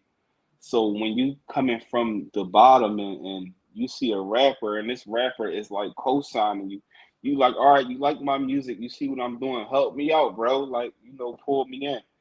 And not understanding the business, yeah, that could be a possibility. So let's move on here. Nas would go on and Body Yourself. "Yeah, we from the same hood. What? When y'all was trying to rap, y'all was making me proud, man. Now you're effed up, down on your luck, running your mouth, man. Why don't you be real, man? Say you need a little help, and I might help your ass off the shelf. But no, you're being disrespectful, thinking son's so cool that he won't check you. I'm in the streets like old graffiti." The next line is where he really starts to go in on him, bro. Anything really to say about that one, Twiz? I mean, he's going back into the signing that we were talking about. I'm really not sure if he's talking about 50 on this, because it kind of sounds like Power of the Dollar era 50 that he would be talking about, if anything. You know what I mean? Well, the beauty of that is that along with probably with 50 in them, it was a list of other rappers that probably eventually got on that was trying to get help from Nas, you know what I mean? And when Nas probably wasn't moving how they wanted them to do, they probably got their little deal and started throwing shots. Oh, You yep. know what I mean? So that's what that sound like. He like just sunning all of them at the same time. So Nas would go on. "I'm hearing wanksters talking greasy. Whether broke or rich, my friend, Nazir bring the career to an end. And I'm bored with you MCs, B. Y'all beneath me. In my rap, bring horror like a board of a Ouija. They say Jada defeated him. Joe's too street for him. What's next? I guess it's time for Nas to ether him. Y'all awaiting an MC burial. So you a sucker for death if I'm a sucker for love." That was obviously a shot back at the piggy bank record when Yeah, 50 that's said heavy. they called him a sucker for love. But I really like that cadence, that bars he had there when they say Jada defeated him. Joe's too street for him. What's next? I guess it's time for Nas to ether him. What? Are you Yeah, kidding? yeah, that was fire. It was fire and it was showing love. It was fire and showing love at the same time because just giving 50 a chance to even, to say something. You know what I mean? Like Nas don't even give people responses like if you ain't even qualified. So he like, all right, you in the game now. You feel like you a big boy now. Now I'm about to spank you. You know what I'm talking about? I was one of them type of Jones. Like, don't forget. All right, you're gonna have to try and help me understand these lyrics. Also, anybody in the chat, what up, what up, what up? So he said, damn, you was my man like crew dog. Don't make me change your body frame to blue fog. The Q is the borough of true dons. Any disrespect, we choose arms. The only lyric I'm really trying to understand is don't make me change your body frame to blue fog. Twiz, any thoughts on that one? Change your body frame to blue fog. Change your body frame to blue fog. Let me know if I any don't know. chat. So That yo, one might have went over my head right there. so obviously Piggy Unless Bank came before this record, Don't Body Yourself. And 50's last line about Nas on Piggy Bank was after your next move, I'll give you what I got. We never really saw much of, if anybody can tell me, what did 50 respond to this with? You know what I mean? Because 50 only gave Nas like three or four bars, which we're about to go over. But what did you think about this diss track, Don't Body Yourself, aimed at 50 Cent? that right there was just, that, and it's like he knocked him out already with the first one, and he picked him up and knocked him out again. Cause this right here, now he got gun bars on this joint right here. Like it's he punching and punching. Yeah, man, Nas really can go when it comes to that. So let's talk about Piggy Bank. Before we even get into the lyrics, what's in your mind about Piggy Bank when you think about that diss song? He disses quite a few people in it, so it's not just focused in on one person. And what's my thoughts on Piggy Bank? Yeah, like when you be thinking about diss records.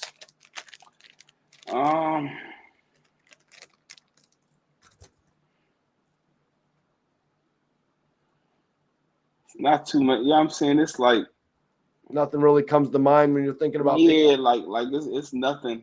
It's nothing big. Am I froze, Mikey? No, you're not froze. You're Gucci. Oh, now you are froze. Twiz is now froze. I was gonna say, when I think about Piggy Bank, sometimes some of the lyrics pop into my head like, "He don't want it with me. He in PC. I could have someone run up on him with the shank for just a few pennies." Am I good now? Piggy Bank. You seem to be good, Twiz. Okay, I don't know what happened. It just started spinning on me. All right, Gucci. Okay. Yeah, but I don't really put it in no nothing major when it comes to the Piggy Bank. Like, you know what I mean? Yeah. Underwhelming? Yeah. Yeah. 50 has some great diss songs, but I mean, like I said, think triggered at so many people. My favorite 50 diss songs like was with him and Rick Ross. You know what I mean? I think that joint, that Officer Ricky song alone, like that joint right there. Now that was crazy. You know what I mean? And that's my favorite 50 diss song now, Officer Ricky. What is it called? Tia Told Me or something like that. Yep, I was just about to say that Tia told me, but I was gonna say my favorite would have to be just the classic, Murder, I Don't Believe You. You know what I mean? Your life. Oh well, yeah, that was fire too. We can't forget that. These cats always.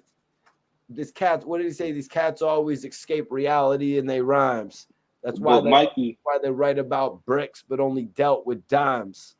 But Mikey, what's so crazy, bro, is we got these great lyricists. We got Nas, Hove, all of these guys, man, the pioneers. They rap, they battle. 50 is the only clear artist that he ended someone's career. You know what I mean? Like he's the only person that I probably can say that really ended somebody's career off of music, man. That I know offhand, at least. Twiz, we're gonna do a poll right now. We're gonna put up a poll. The favorite 50 Cent diss song. Well, I guess we're gonna have to go Hail Mary. Hail Mary featuring Eminem and Busta Rhymes. Mm-hmm. Tia Told Me. What do you think? Back Down obviously has to go on there. Yeah. And since we're talking about it, should we throw Piggy Bank on there? Or should we throw I Run New York on there? Oh man. We might I guess we should we throw piggy bank in there since that was the topic, since we were speaking on that right there. So we can get a gauge on how people actually feel about Piggy Bank. Yeah. Even if it only gets like 9%. Yeah. Let me see. Actually, I should put that in the actual poll so people could come in from the YouTube channel and discuss it with us too. But out of those four, your favorite is Tia Told Me? Yeah, Tia Told Me. That joint just hit different. Because it was like at that time, that was like exposing like Rick Ross being a C. Like it really like that was like a fight for his career right there after that. You know what I mean? I don't even think he was expecting it. And then it's like, I was with your baby mom, and it was very disrespectful. If you really pay attention to the whole track, I mean, he was very, very disrespectful, bro. Shout out to the chat too, man. But I remember hearing that joint on the radio. I was booked at the time, and you got Cosmic Kev. He was doing the come up show. He still do it, but bro, he played that joint like 7 times back to back. We like, oh, that like it was going down. Ricky! Yeah, Officer Ricky. Like that joint was crazy, bro. So he was talking to him. Let's get into these lyrics that we just heard Nas respond to. These are the lyrics I want to get. I'm not going to have you grade them, but I'm going to get your thoughts on them. 50 said, Khalees said her milkshake brings all the boys to the yard.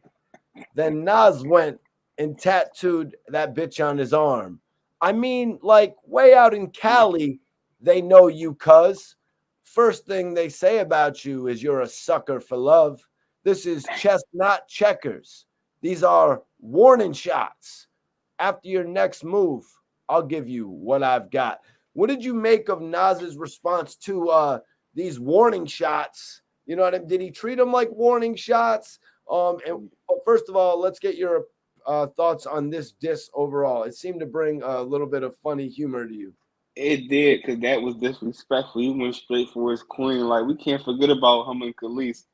Him going straight at her like that and putting like that, that's the ultimate disrespect. You know what I'm saying? And that's obviously one of 50's strategies right there. He don't just attack you. He going to attack who you with. You know what I mean? And that joint was just crazy because now he backed him up in the box, bro. Like, you get not only is he doing a diss track about you, but now he pulled your female into it. So now Khalees sitting next to him, like, you better get him.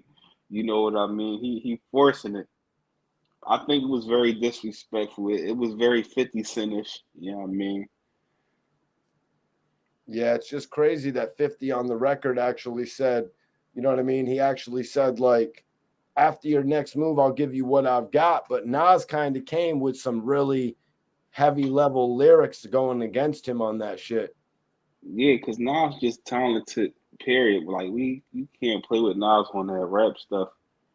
When he's not going to stop either. Like, he going to make sure it's not debatable when he done. Like, him and Hov is probably the most debatable, but you got more people saying Nas got over on him than people say Hov got over on him. Ether is like, when you hear Ether, it send chills up your spine. That just reminds you of how serious it can get. So 50 actually spoke about linking with Nas on the Summer Jam stage. Mm-hmm. 50 performed I Smell Pussy, dissing Ja Rule. You know, situation with 50 and Ja Rule on the plane was brought up. 50's like, I thought I got you. The guy is back from the dead.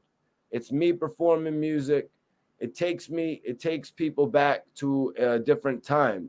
Say it like this, like I'm going to do it line for line, exactly the way it is. Music marks time is pretty much what he said. Excuse me. Sorry about that. 50 went on. Damn, looks like I'm having an issue with the power over here. Sometimes that happens. I don't think it's anything out. Sometimes you gotta flip the charger the other way. My joint be doing that too. Oh, really? Yeah, sometimes you gotta flip it around and put it in. It might be because I just have so many damn chargers actually plugged in. So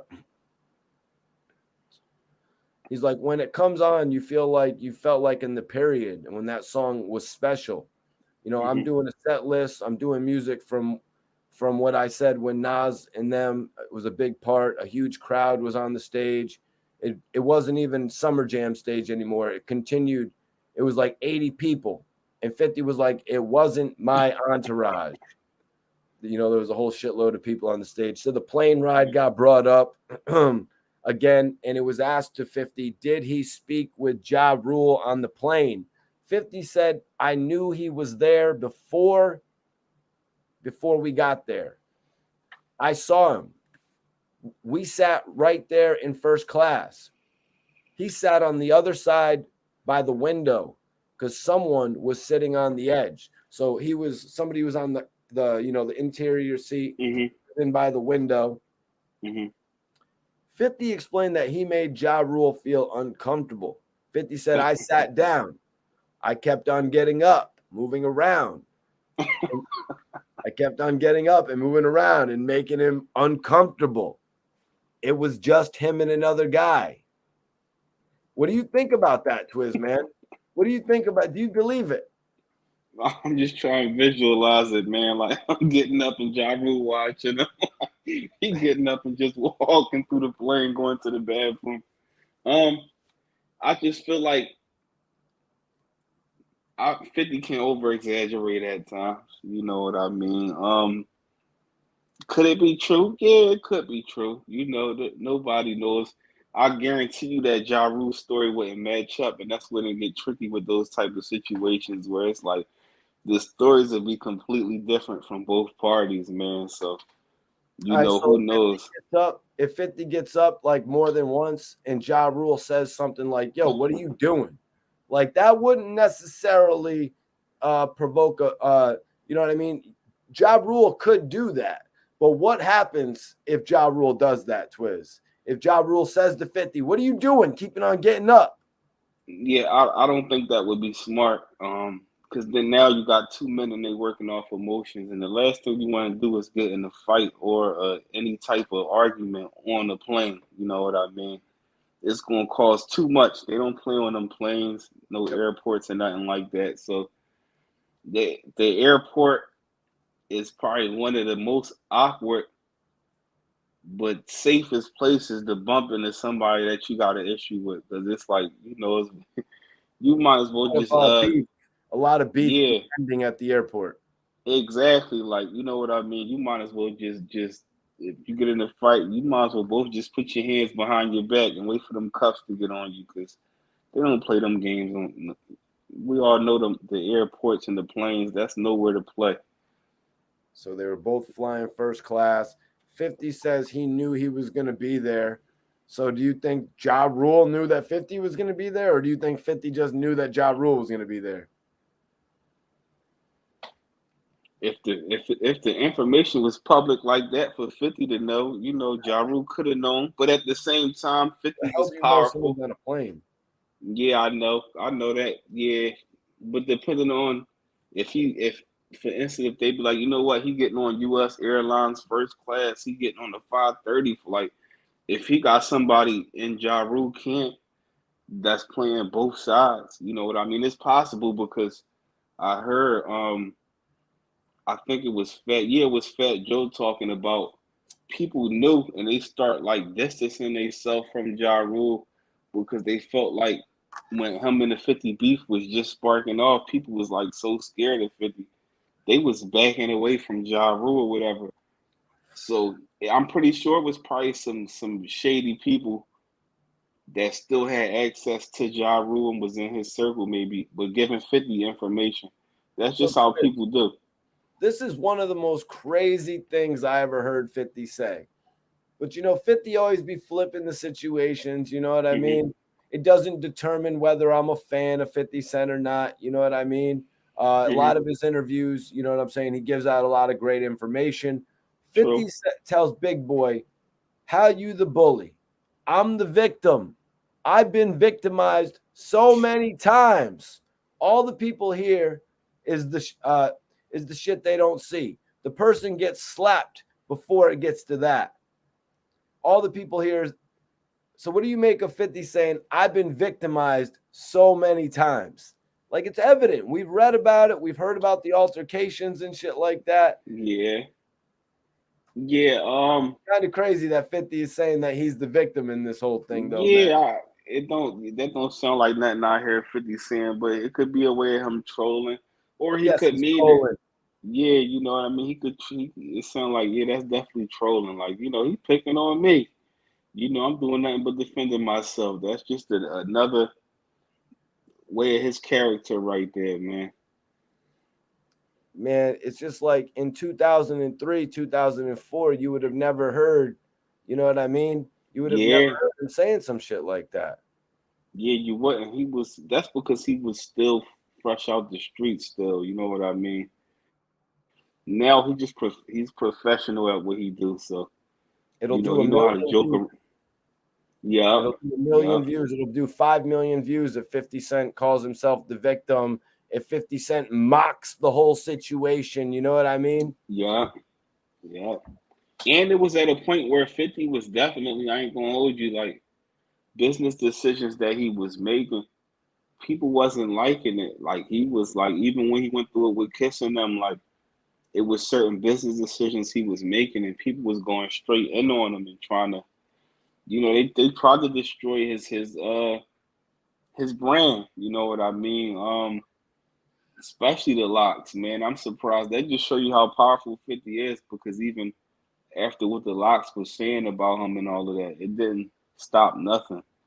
He still continued to be successful. Well, 50 doubled down here, man. 50 said they see the big response. They Hmm. don't see what caused it. In True. Ja Rule's case, you weren't involved in nothing. It was just taking credit. He's saying that he was just taking credit for all of the, True. I guess, the victimization. You know what I mean? Ja True. Rule was taking credit. You know what I mean? That's the big thing.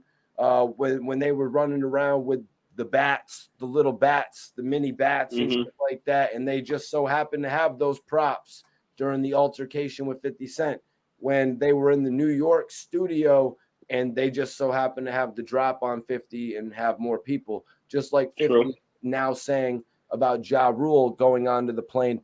Oh, yo, look who's on the plane. It's just Mikey T and his one homie, SV Twiz. You know what I'm True. saying? Ja Rule ain't rolling up with 12 people on the plane no more. Or else there wouldn't be True. no getting up and going to the bathroom 6 times with their Twiz. Yeah, exactly. And if you do, you ain't doing nothing. I got 12 people with me. You're going to That's wait all in you line. gonna do. Yo, Exactly. go get in line behind 50. 1, 2, and 3. Exactly. Yeah.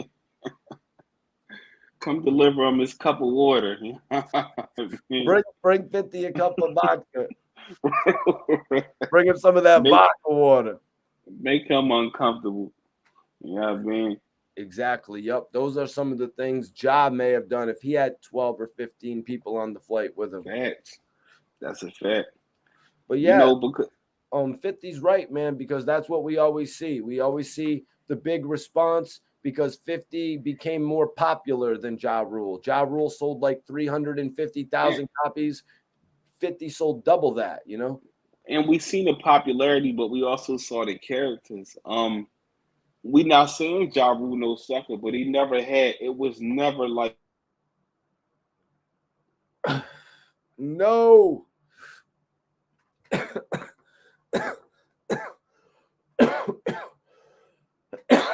Twiz was just making a great point. Twiz was just making a great point, and we lost him. Oh, he's back. Wi-Fi. Yo, Can you hear me? We lost you. We lost you when you were just beginning to make your point. Yeah, I apologize. I might have to connect to the Wi-Fi.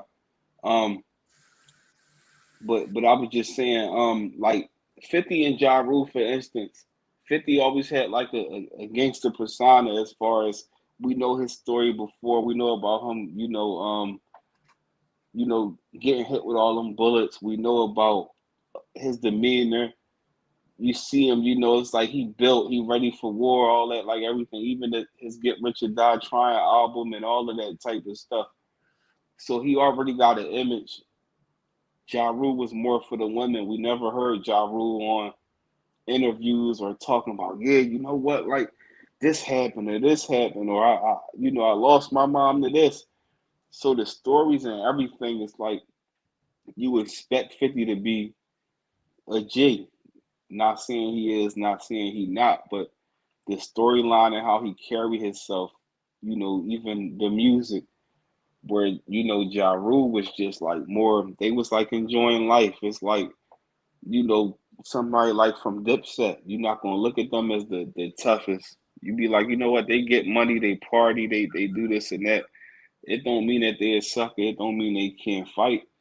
It just be that people judge people off of their music, how they carry themselves, and when they get a chance to talk, what are they talking about?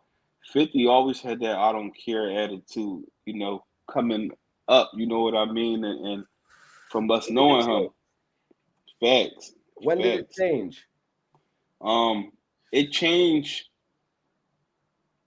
I say it changed around the time where he started running his own stuff after he was not really like under and Dre no more. Once he began to boss up, we saw maturity and we saw the business side of 50. We seen him putting suits on. We seen him talking about vitamin water and things of that nature. He showed that it was just more to him than just being somebody from the streets that had a struggle story once he started doing movies and things of that nature. Excuse me.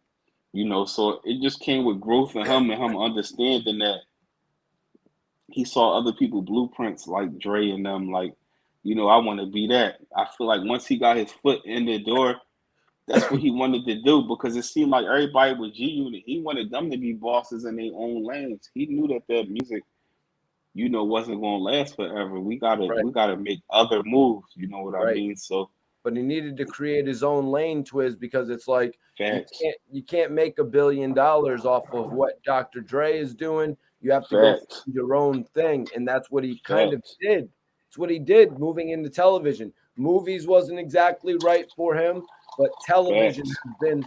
So they also asked him on the Big Boy Show, will the issues with Ja Rule end? A question that has been asked to 50 a lot. Or Twiz, is that what they always ask 50, or do they shy away from asking 50 about that one? I don't think they always ask him, but that's one of the biggest questions that people always want to touch up on. Even though I don't think that he's not worried about Ja Rule. I think Ja Rule would probably have to want to put it to the side more than 50. Ja Rule was more affected by it. Yeah, like it really hurt his career. He was affected by it, and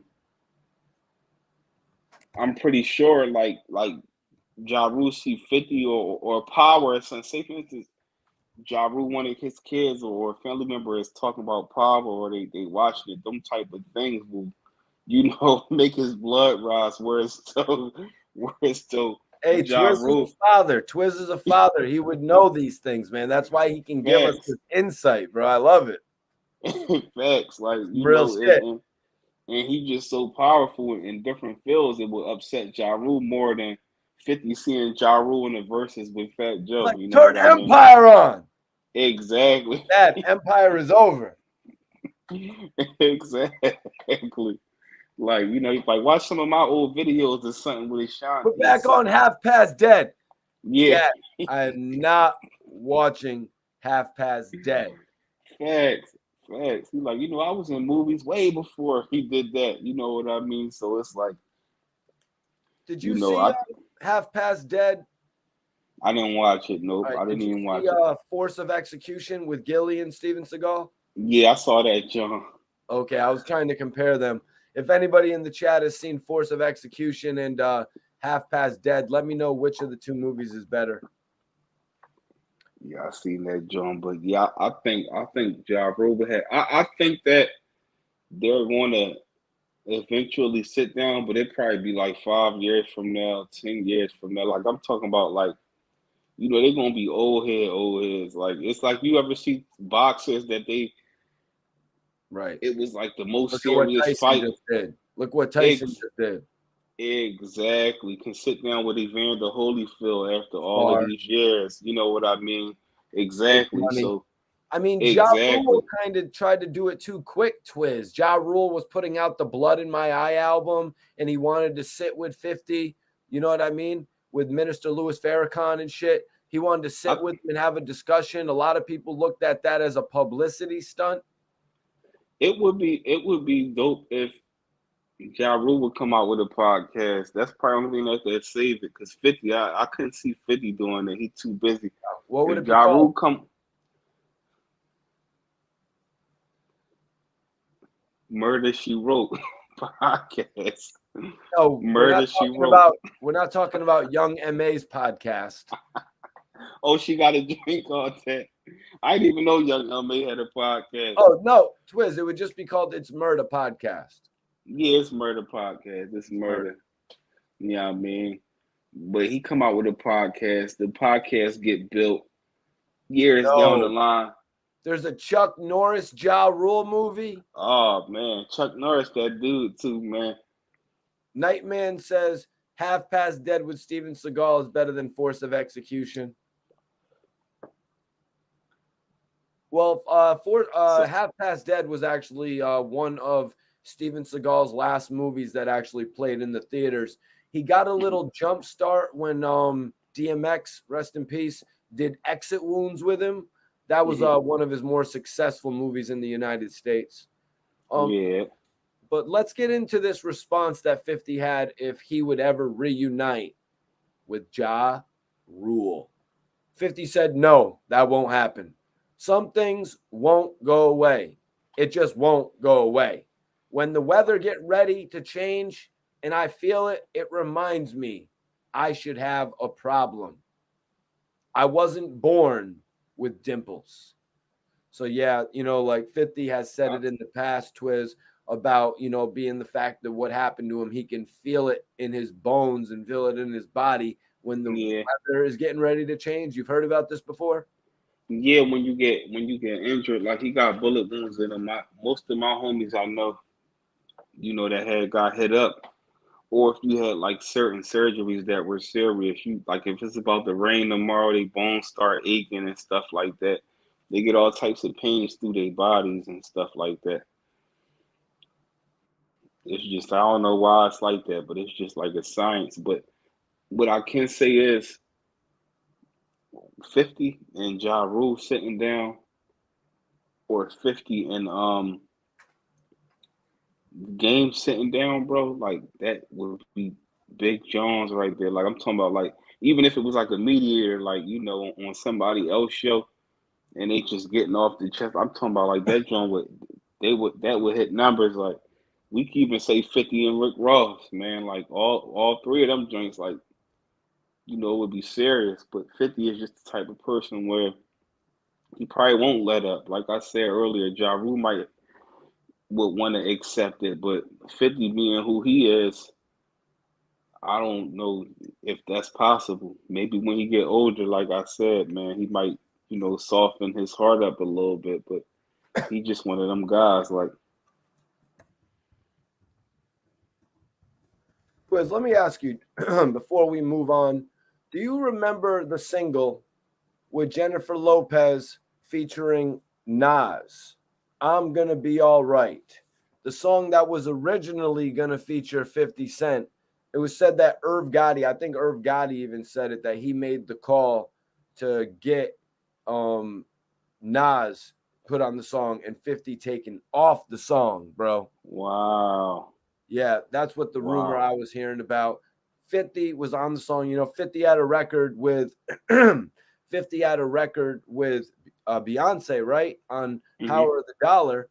So it's not that far fetched to think that 50 would have a record with J-Lo. J-Lo also worked with French Montana when he was still on the rise or just after his rise.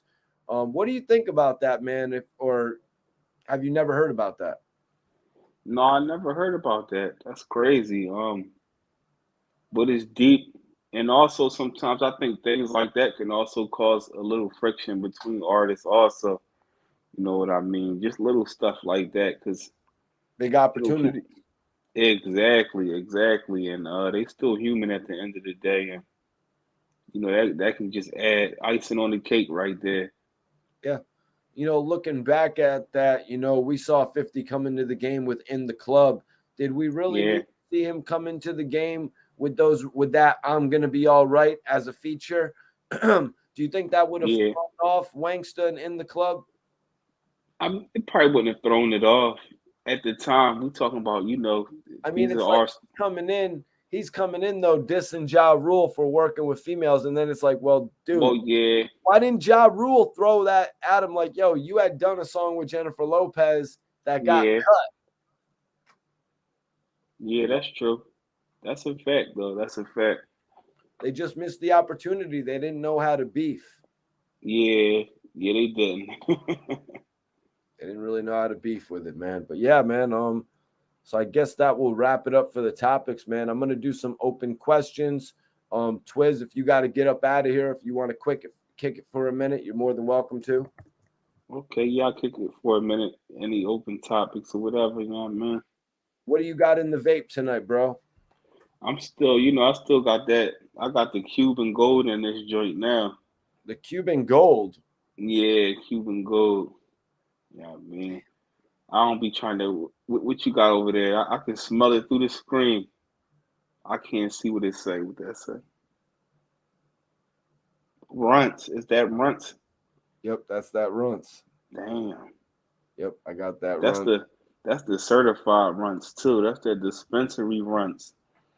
Yeah, Twiz, we probably got to probably should bring you on the channel to talk about Hassan Campbell saying that Gillie and Wallo took his style on $1 million worth of game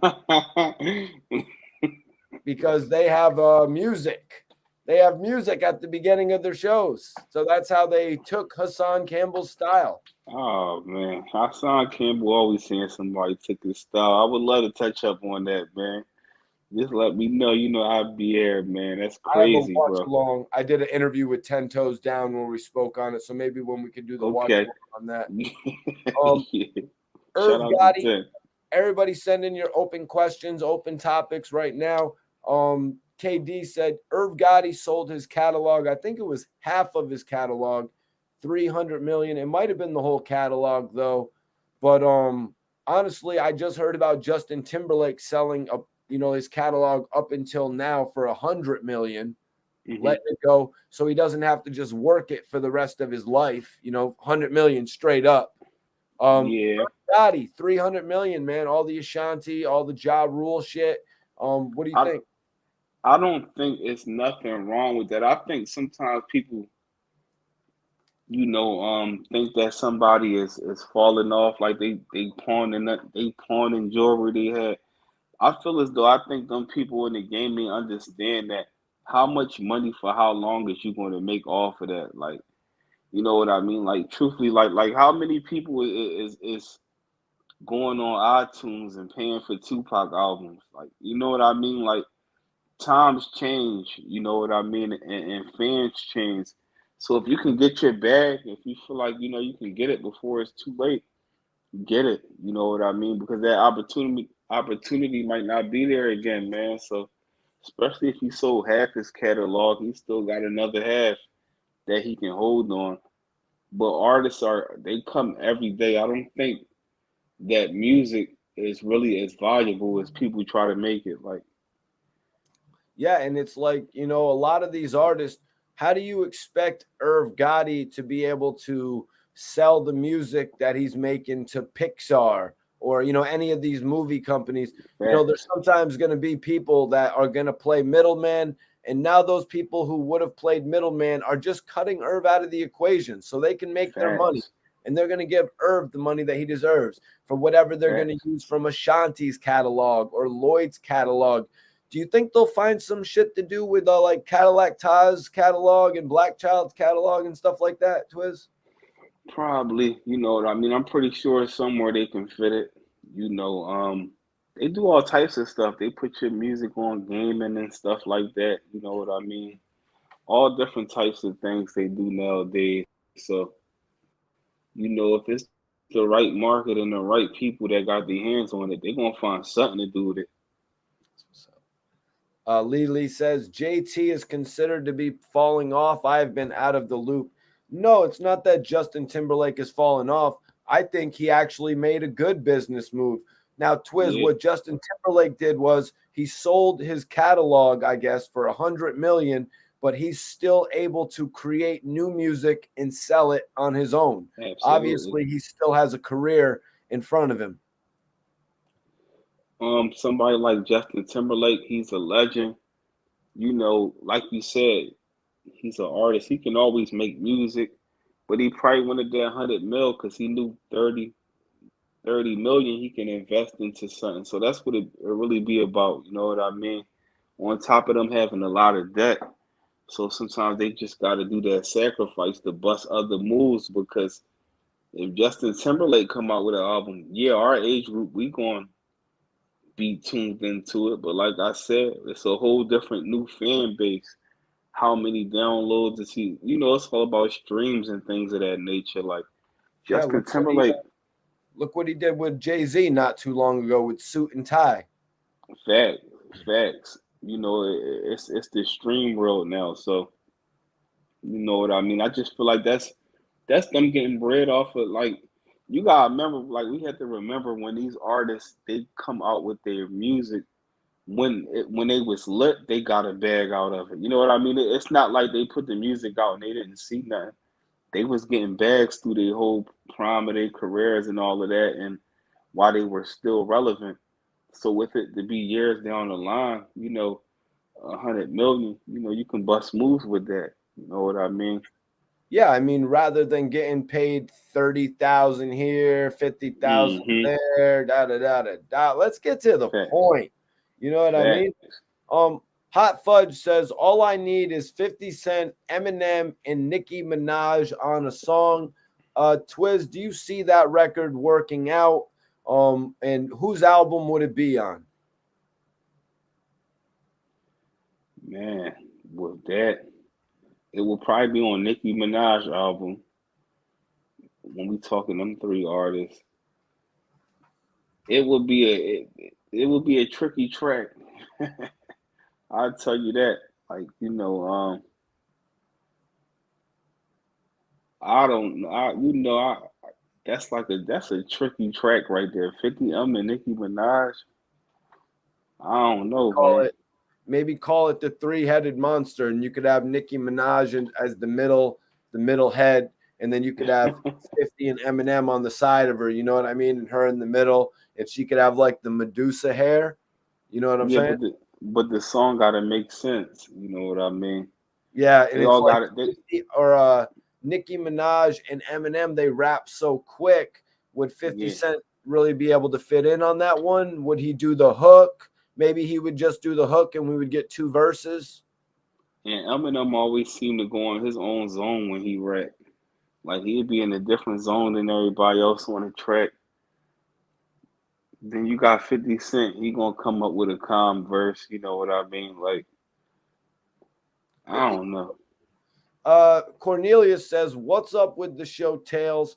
Not really sure what's going up with the show Tails. Irv did have a situation with BET where he was dropping the show at one point. Now this is back in 2017. Irv seemed to be releasing an album surrounded by the show Tails. Not really sure what's going on with that as well. The Murder Inc. 20th anniversary also kind of got screwed up, Twiz, because they were planning on doing a Murder Inc. tour, but as you know, 2020, that tour is out. Yeah, the world changed. Yeah. Yeah, that was bad money. Yep. Yeah, so if anybody has any open questions or open topics, the time is right now to ask them. Time is right now. Shout out to Twiz, everybody. let everybody know where they can find you on the internet, Twiz. Yeah, man, it's SB Twiz, the Hood Blogger. You know what I mean? Y'all can find me on YouTube at the Hood Blogger, or y'all can find me on the gram, you know what I'm saying, _Twiz215. You know what I'm saying? Other than that, y'all know how we carry it, man. Y'all tuned in with my brother, Mikey T, the movie star, Report Card Radio. Y'all know how we carry it. And once again, thanks, Mikey, for having me, bro. Much love and respect always. And make sure y'all stay tuned in to Report Card Radio. Hit that notification bell, man. If y'all new to the channel, sub and all of that, hit the notifications for all, man. Y'all know that's where it's at, man. That's how we carry it. Hell yeah, Twiz. Yeah, I don't want to keep you all night, bro, so I'll touch base. Yeah, appreciate you, bro. All right. You already know anytime, man. Much respect. Shout out Killer Demo. I see you. Shout out to the whole chat. Y'all about this, John, man. Much respect. Appreciate y'all. Shortly, bro.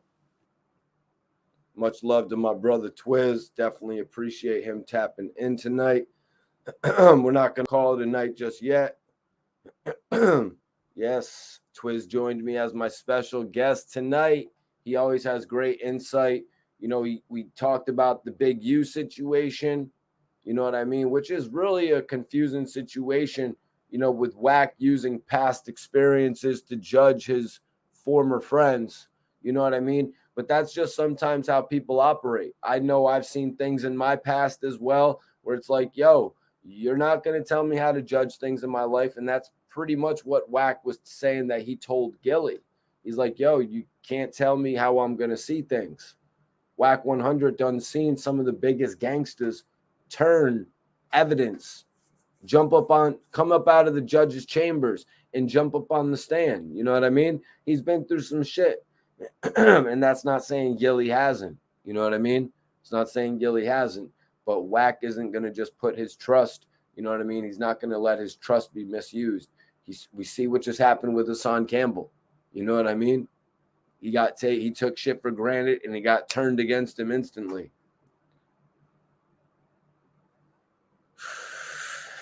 Apparently that's what happens when you let your guard down.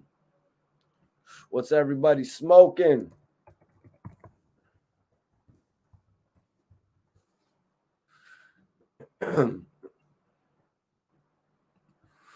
What's everybody smoking tonight?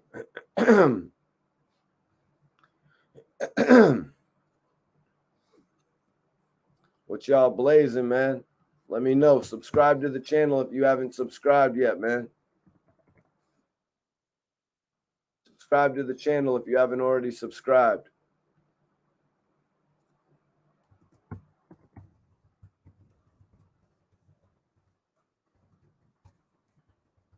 Really appreciate everybody messing with me, man.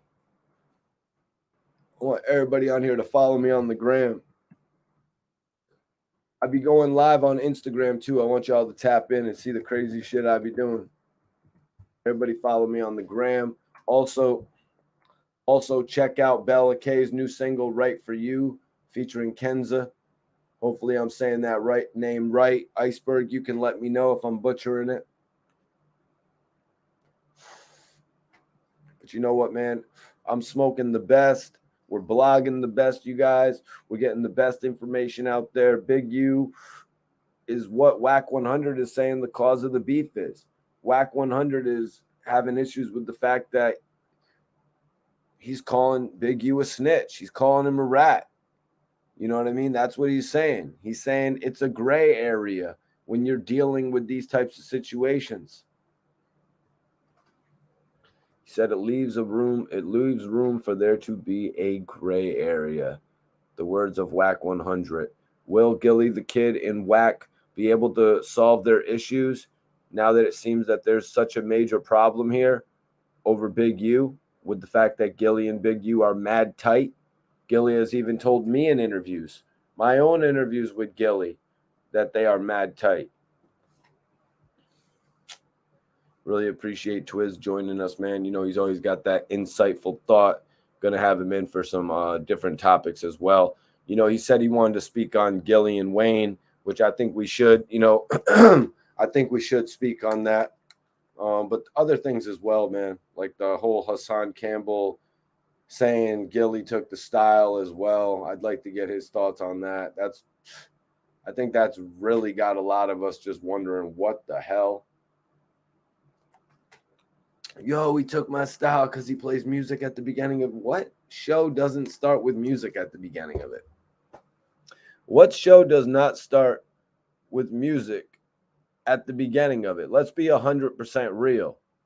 And shout out to the official lobby girl, Bella K. I know she's probably, actually, I think the party might have just ended, but shout out to the official lobby girl, Bella K. Y'all hit that link that I got pinned up if you want to see true talent, if you want to tap in with what the lobby boys got going on.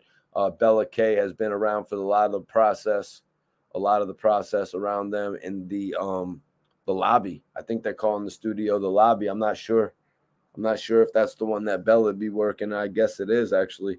I want to go tap in at the lobby. Mikey T needs to tap in at the lobby. No ifs, ands, or probablys. I'm tapping in at the lobby. Pulling up to the lobby. Catch a body outside the lobby. Damn. I just indicted myself.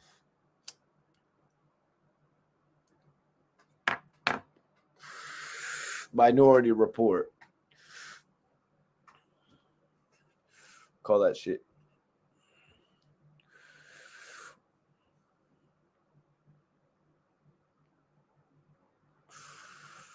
Y'all mess with the livest blogger.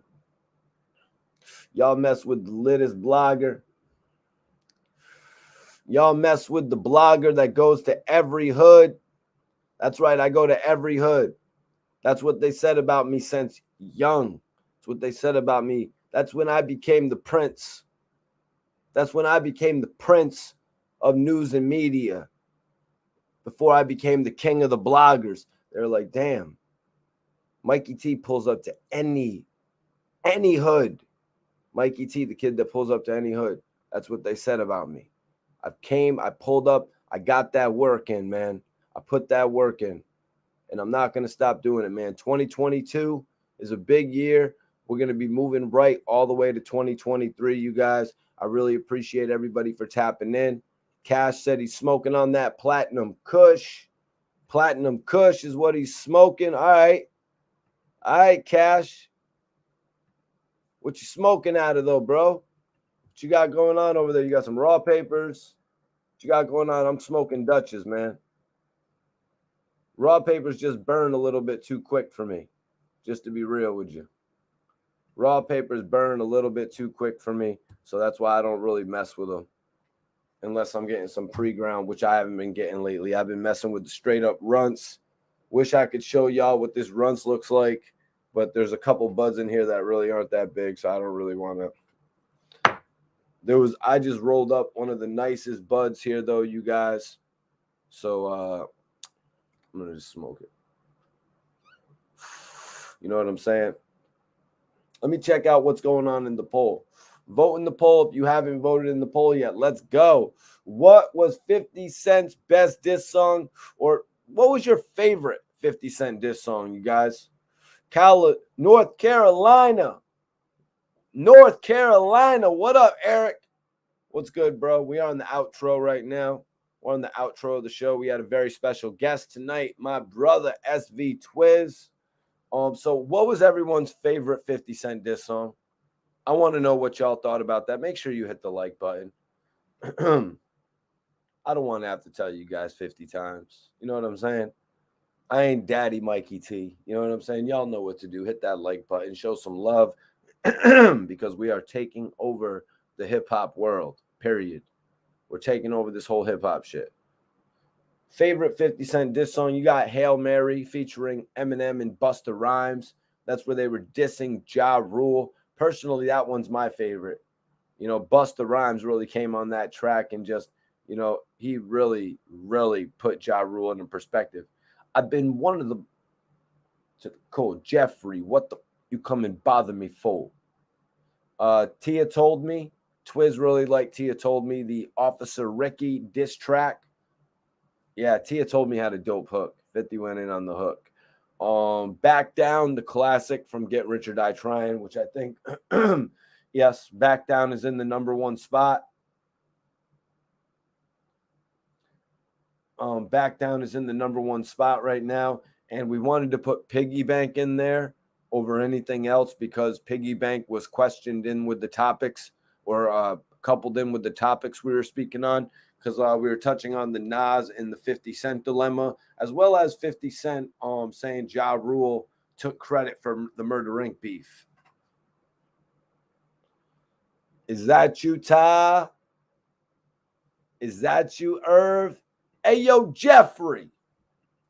I've been one of the most humble calls. Hey, yo, Jeffrey, what the you come and bother me for? There's been a lot of talk and running their mouth. What did he say? There's been a lot of rappers talking, running their mouth. I can't remember off the top of my head. I don't want to go look it up because I didn't bring that diss up because we weren't really going over that shit tonight. We were going over the Don't Body Yourself. And that was actually apparently a response to Piggy Bank because Nas put it in there. If I'm a sucker for love, you're a sucker for death. Too funny. Too funny. And then all those nines that he was rhyming in that joint. But yeah, let me get some final questions.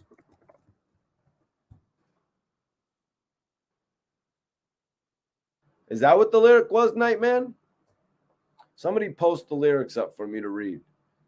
Final question. If anybody has any final questions, you guys, hope y'all enjoyed the live podcast. The Mikey T, the movie star podcast, man. Got to get this shit on iTunes. Got to get this shit on Spotify so we can run them numbers up so y'all can put me up on your, when you're driving in your trucks, whips, luxury, whatever you're driving in, whatever city you're driving in, so y'all can listen to me. We're going to get my shit on all platforms, all streaming platforms. We're going to take this shit to the next level, man. It's the Mikey T, the movie star podcast. Hope y'all have been enjoying it, man. If anybody has any final questions, this is your time right now. This is your final chance to vote in the poll that I've got up. Oh, yeah, Cornelius. Funeral music. The response to Cameron. Great. I actually liked some of his stuff. Like he had Hold On. Hold On. It's like the ambulance always takes so long when you hit. Right. Right. But I'm a 50 hater. Right. You know what I'm saying? I'm somebody that realizes that the people who were calling 50 out for singing were actually wrong. 50 Cent is actually a good singer, whereas Ja Rule harmonizes. You know what I mean? Ja Rule will harmonize, but 50's actually got more of the voice for singing. Another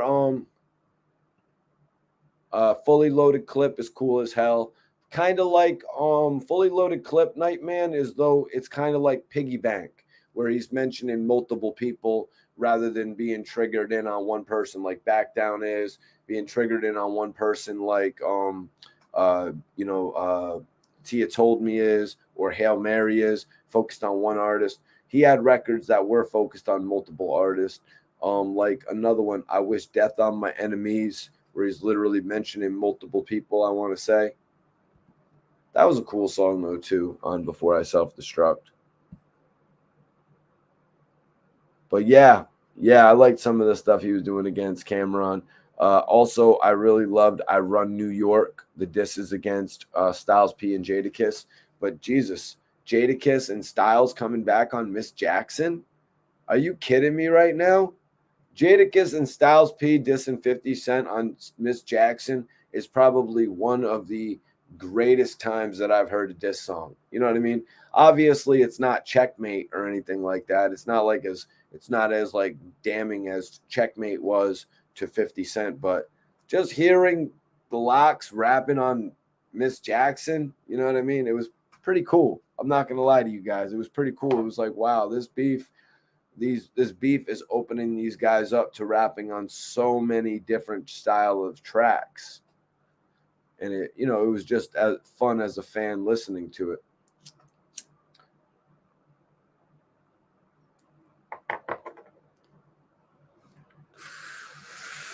Fully Loaded Clip produced by Havoc. Fully Loaded Clip was produced by Havoc. Yep. So you could see that 50 Cent had a relationship with Mobb Deep, a prior relationship with Mobb Deep. Or no. That actually, let me think. They came on when 50 Cent re-released The Massacre, which would have been in like 2006. Fully Loaded Clip was released on Curtis.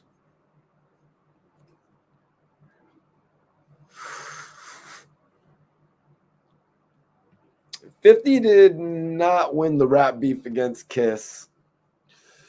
$50 did not win the rap beef against Ross. $50 did not win the rap beef against. So he did not win it against Kiss. He did not win it against Ross, and he did not win it against Game. And I guess Lil Wayne just really wouldn't participate in the rap beef. They tried to get Young Buck to diss Lil Wayne, but it didn't really work out.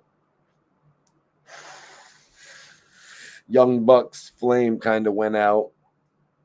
Now, 50 got Ja. 50 got Fat Joe because of the fact that Fat Joe's record sales started to diminish. But Fat Joe made the smart move. Fat Joe went independent and started making it count. You know what I'm saying? With the actual single sales and doing some pretty decent album sales, having control of his sales. Also releasing diss tracks for sale. My Fofo was actually for sale. So good business move. But 50 got Joe, he got Ja, he got Styles P, based on the fact of, Styles P's album sales got held up. You know what I mean? Styles P could have been such a bigger artist. You know what I mean? But his shit kind of got held up because of 50 Cent. Who else do he got? Shine. You know what I mean? Doing all that shit when Shine's album first came out. Let me see. Who else did 50 have issues with that I'm not remembering, you guys? 50 got Bang 'em Smurf and Domination. You know what I mean? Let's see who he got all the, you know what I mean? He pretty much got all of his Nas, after reading those, Nas kept low key with it. You know what I mean? Nas kept low key with it. He had another diss on 50 Cent where he talked about Shady, where he talked about Eminem and Dr. Dre really being the ones to put 50 Cent on, but I didn't get those lyrics. Cam got him. I disagree. 50 got Cam. 50 got Cam with that funeral music. 50 got Cam with Hold On, which was actually released on Young Buck's second album. So Young Buck 50 Cent took the Young Buck method, or the Fat Joe method, excuse me. 50 Cent Hold On lyrics. Let's see. I believe that was directed at Cameron, right?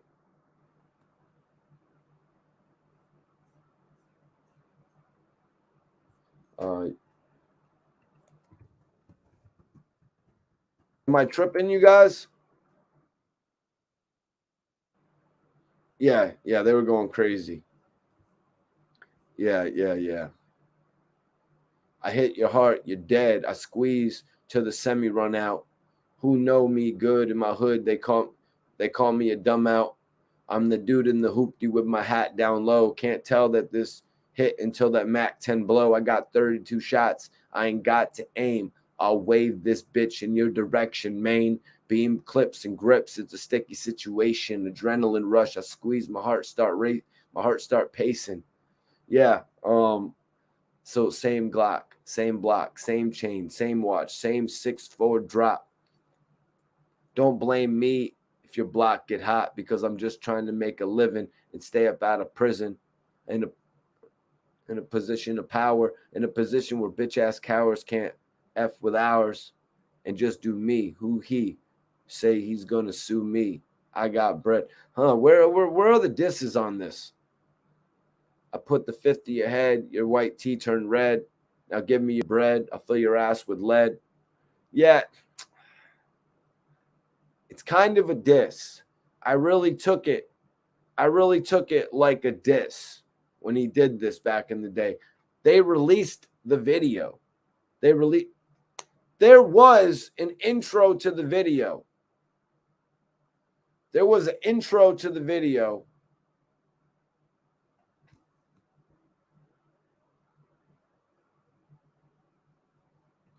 Cam killed it with the Curtis. Well, yeah, when he was like Curtis. Well, I'm just saying 50 got him on the funeral music and 50 got him on this one, which was actually kind of gangsta as hell. Hold On was pretty dope. But I'm just saying, I'm not really seeing where the disses are in it, which kind of annoys me. I don't like that. This was a really good record for Buck and 50, though, man. You know what I mean? 50 was really trying to set Buck up. He's really trying to set Buck up to be a major recording artist that could actually challenge Lil Wayne. That's something I respect for 50. He always tried to make his artists be the biggest things. You know, he always tried to make his artists be the biggest things. But yeah, I looked at that like that was directed as a diss back in the day. Obviously wasn't as direct as I Run New York. One more word out your mouth and I'll push Styles shit back. You know what I mean? Referring to his record deal with Interscope. Styles P actually had an amazing single that I think got pushed back just a little bit too long. But I don't think it was in the same. I'd have to do a little more research on it. But I don't think it was in the same regard to when Interscope had pushed back Tony Yayo's Thoughts of a Predicate Felon album from June 27th to August. And they had all that momentum from So Seductive. You know what I mean? They had all that momentum and they pushed the album back. XO, I didn't see your question, bro. I didn't see your question, bro.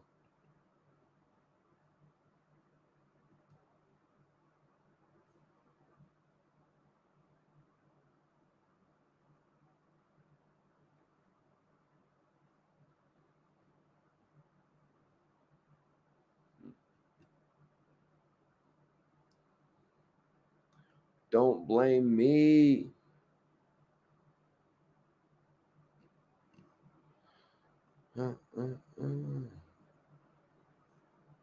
Yeah. Nah, I don't know. I don't know G Count. Why do you ask? I do remember the LEP Bogus Boys, though.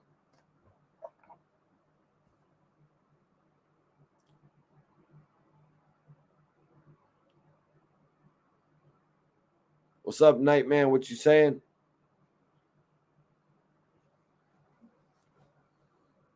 What you saying, man? Smoking on this good. Smoking on this good. We blogging right tonight. You guys.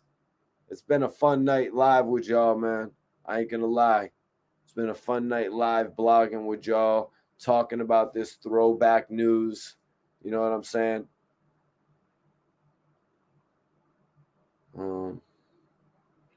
I'll type that in, bro, because I do mess with the LEP Bogus Boys, and I do remember them from back in the day. You know, I'm talking about like early 2010s and shit like that. I do remember them and shit. Always seeing their videos popping up and shit.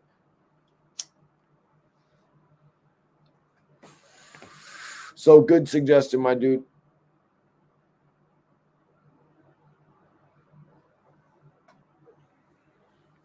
Good suggestion, man. Hope y'all enjoyed the blog. I hope everybody in here enjoys their 4th of July. It's officially the 4th of July today, right now, y'all. I hope you all enjoy it, man.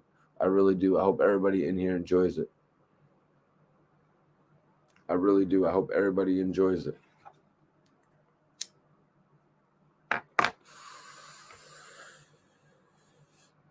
Definitely hope the bro, hope KD, I hope the bro Rosewood taps in again soon. I tried to have him on a few days ago, actually, when I went live.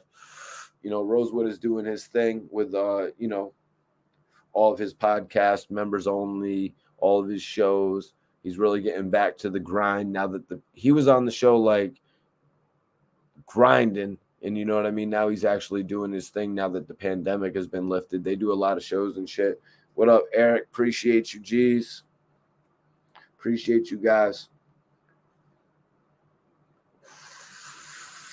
Nightman, if anybody wants to comment on what Nightman is saying, Nightman says Nas bodied state property and Beanie, and I like beans.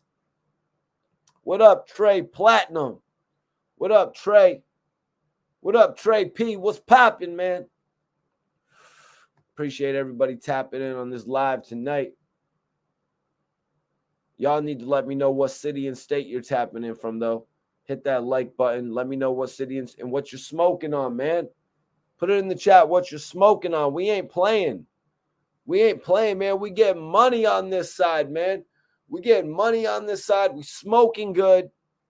We eating good. Y'all see how we be doing. We eating good. We smoking good. We living. We living right.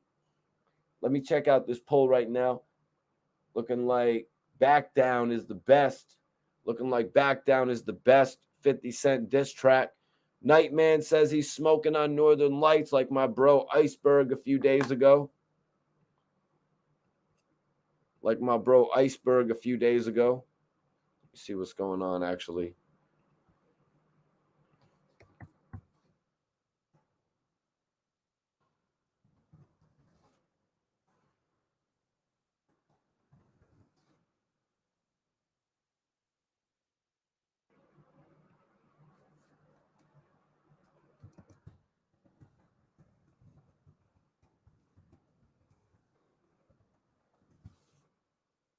Sorry about that, y'all.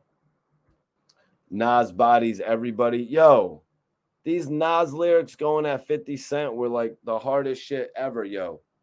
He said, I hear the wanksters talking greasy.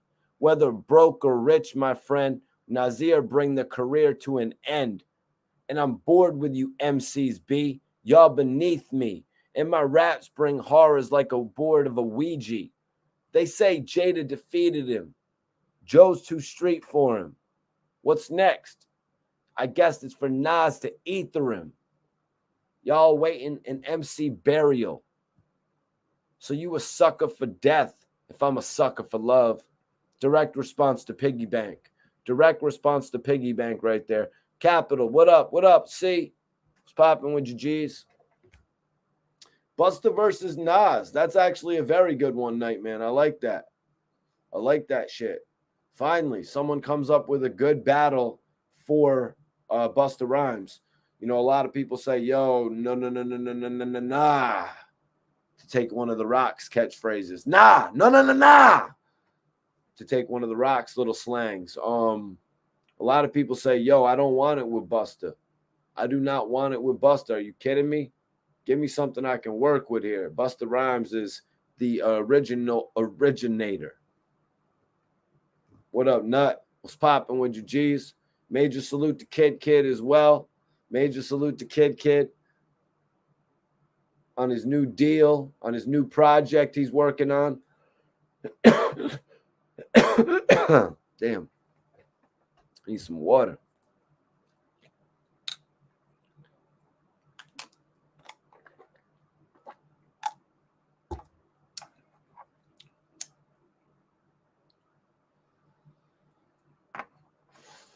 Smoke the water, blaze the kush. Smoke the water, drink the water, blaze the kush. Smoke the kush. I don't care. All right, look.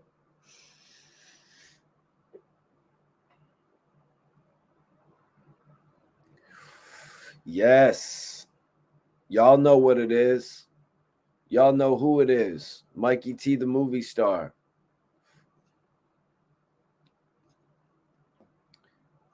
Raekwon versus Nas. Let's stick with Busta versus Nas. Salute the Raekwon, though. You know what I mean? Salute the Raekwon. I don't know what group could go against Wu-Tang. I don't know what group could go against Wu-Tang, man, because how many dudes are you going to have to go up there against Wu-Tang? if Dipset would if they were a little bit more put together, they could have potentially went up against Wu-Tang.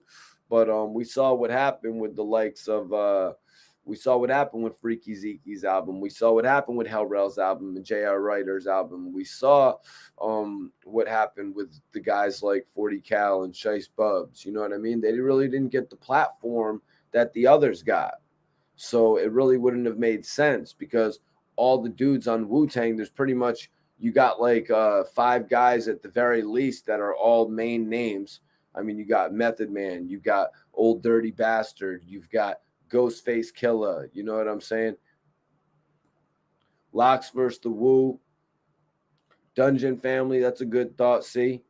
That's a good thought. You know what I mean? That's a good thought. Locks versus the Wu. I mean, obviously, ODB is not with us anymore, and I'm not suggesting that there would possibly be a one of them things, them joints where they bring them down virtually. I'm not suggesting that would happen for that, but they do a lot with Old Dirty Bastard's son, Young Dirty, as well. You know what I mean? Just to me, Old Dirty Bastard is like such a fundamental part of it, even though I would have to say I got Ghost and Method Man before Old Dirty Bastard when it comes to actual music that I had purchased, music that I had wanted to purchase. Obviously, I went back and got the Old Dirty Bastard albums, classics. I even had Osiris, you know what I mean? But Method Man, you know what I mean? Go check out Math Hoffa's new interview with Method Man. Method Man, one of the all-time greats.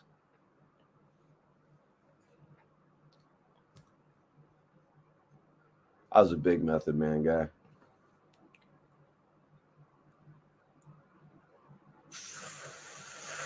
Oh, yeah. Woo Block. You mean Woo Block, Nightman? You talking about the Chic Luch? You talking about the Chic Luch project with Ghostface? Yeah, my album was the Big Doe Rehab, though. That was the album that I really loved. You know what I mean? When I got put onto that album. What up, Belicio?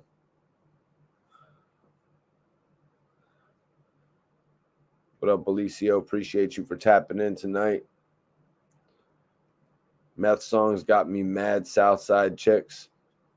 Thank you for that bit of information, Mr. Nut 34. Yeah, man, Method Man, that's just an artist that I've bought multiple albums from. You know what I mean? Obviously, the amount of material, it's kind of like a Biggie Pac thing there almost.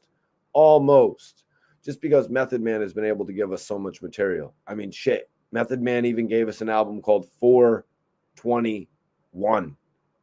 You know what I mean? We got to see so many different sides of Method Man. Plus, I've really loved his stuff with Redman. You know what I mean? Really loved his stuff with Redman, that series. There probably will be more of it. I'm surprised they didn't do more of it already.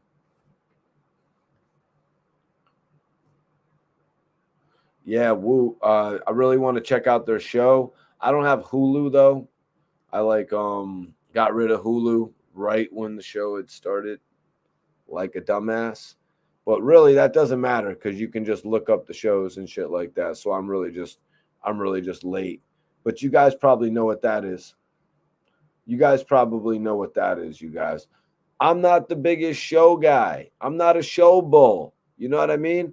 That's not my bag, you guys. Just to be real, Mikey T, the movie star. I like movies. So when I get into shows, like 2 of the most recent shows I've gotten into is BMF and Bel Air. You know what I'm saying?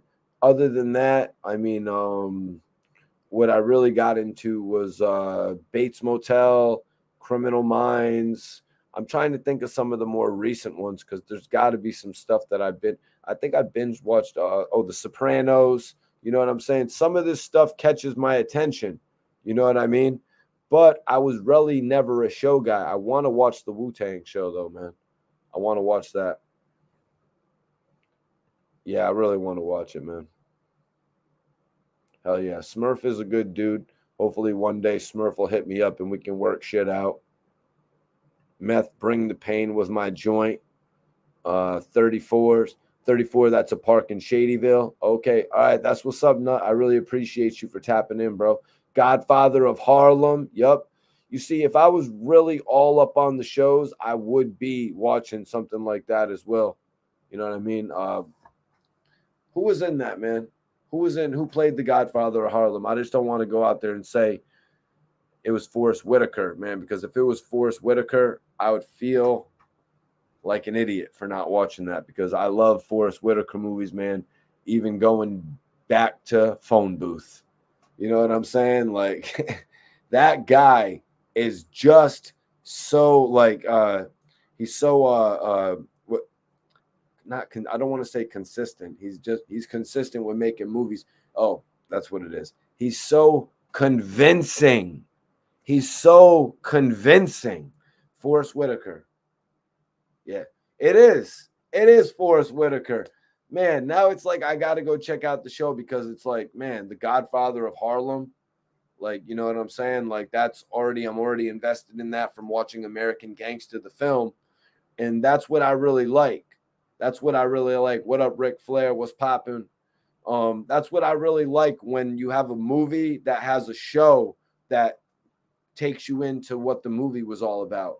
Back in the day, there was that movie called Psycho, and they made a show called Bates Motel. So they showed you a lot more of how the kid actually grew up and all that. It was pretty freaky and shit. You know, I like horror elements of shit. Not so much. Okay, hold on. I knew there was more shit that I was into. The I Know What You Did Last Summer I watched, which was pretty cool. But Scream, I did not watch. Chucky, also, they did Child's Play, the whole new Chucky thing. Shout out to Lloyd Banks with the dopest shit.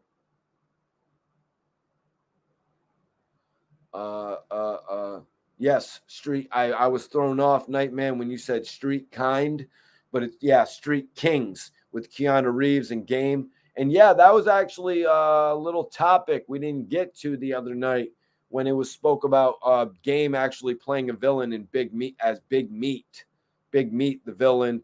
Game got an opportunity to actually play the bad guy in a film, which was cool. You know what I mean? To see Game get that opportunity.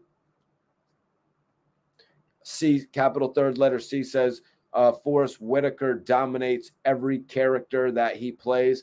That's 100% facts, man. I don't even need to bring up Forrest Whitaker's, his titles. I don't even need to bring up his list of films to really just make people believe that, you know. Street Kings was great. Street Kings was great. It was all right. It was okay. Keanu Reeves doing that movie was pretty cool. You know what I mean? Game being in that movie was an interesting little point to look forward to. The way Game got taken out was a little bit weak, though, wasn't it? Somebody remind me. I feel like it was a little bit weak.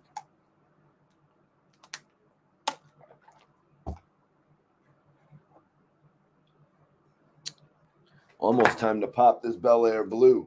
No. I just popped the Bel Air Blue before. I'm popping. I already know what I'm popping next. I already know what I'm popping next. This weekend, actually, since last week, a couple weeks ago for my birthday, I actually popped the Bel Air Blue. This weekend, I am popping the Veuve Clicquot $80 bottle of champagne right here, you guys. I'm about to pop this shit this weekend. We about to be lit this weekend. July 4th vibes and all that. Oh shit. It's not even the weekend no more.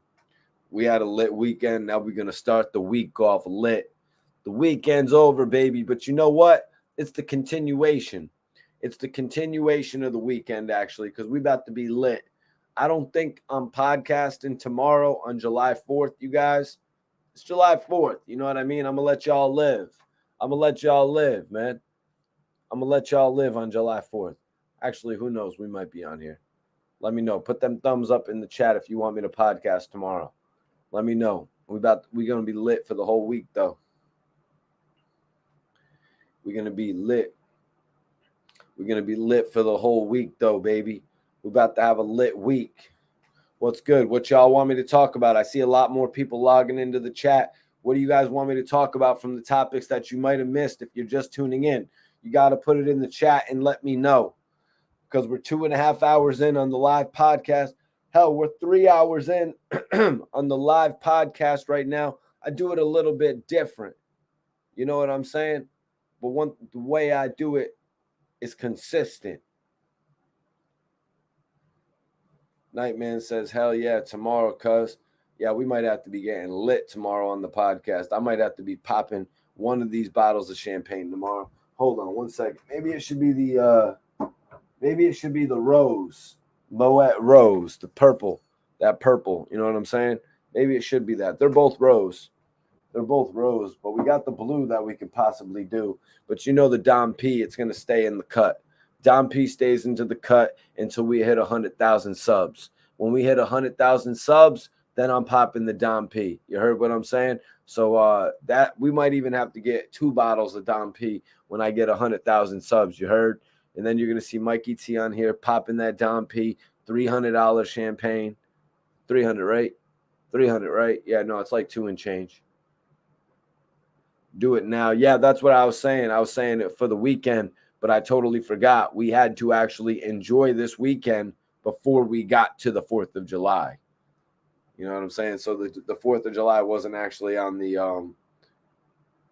4th of July actually wasn't on the weekend this week. It actually starts off the week. So it's extending the weekend pretty much, you guys. You know, it's a weekend extension. Late stream is fire. All right. Yeah, we'll probably go live tomorrow, you guys. Probably go live tomorrow, y'all.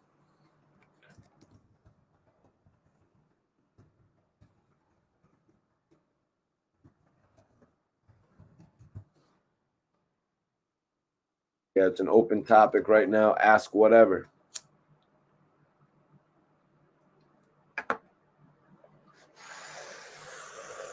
Damn, I got the. All right, I gotta get ready for my next L. Obviously. It's 4th of July, baby. It's 4th of July. It's not that I'm not like Little Pump, you guys. I'm not like Little Pump. I'm not like, you know what I mean? I'm not like these party rock star guys who, you know, like they're going to stay up for 16 hours until tomorrow. I'm going to sleep. I'm going to sleep.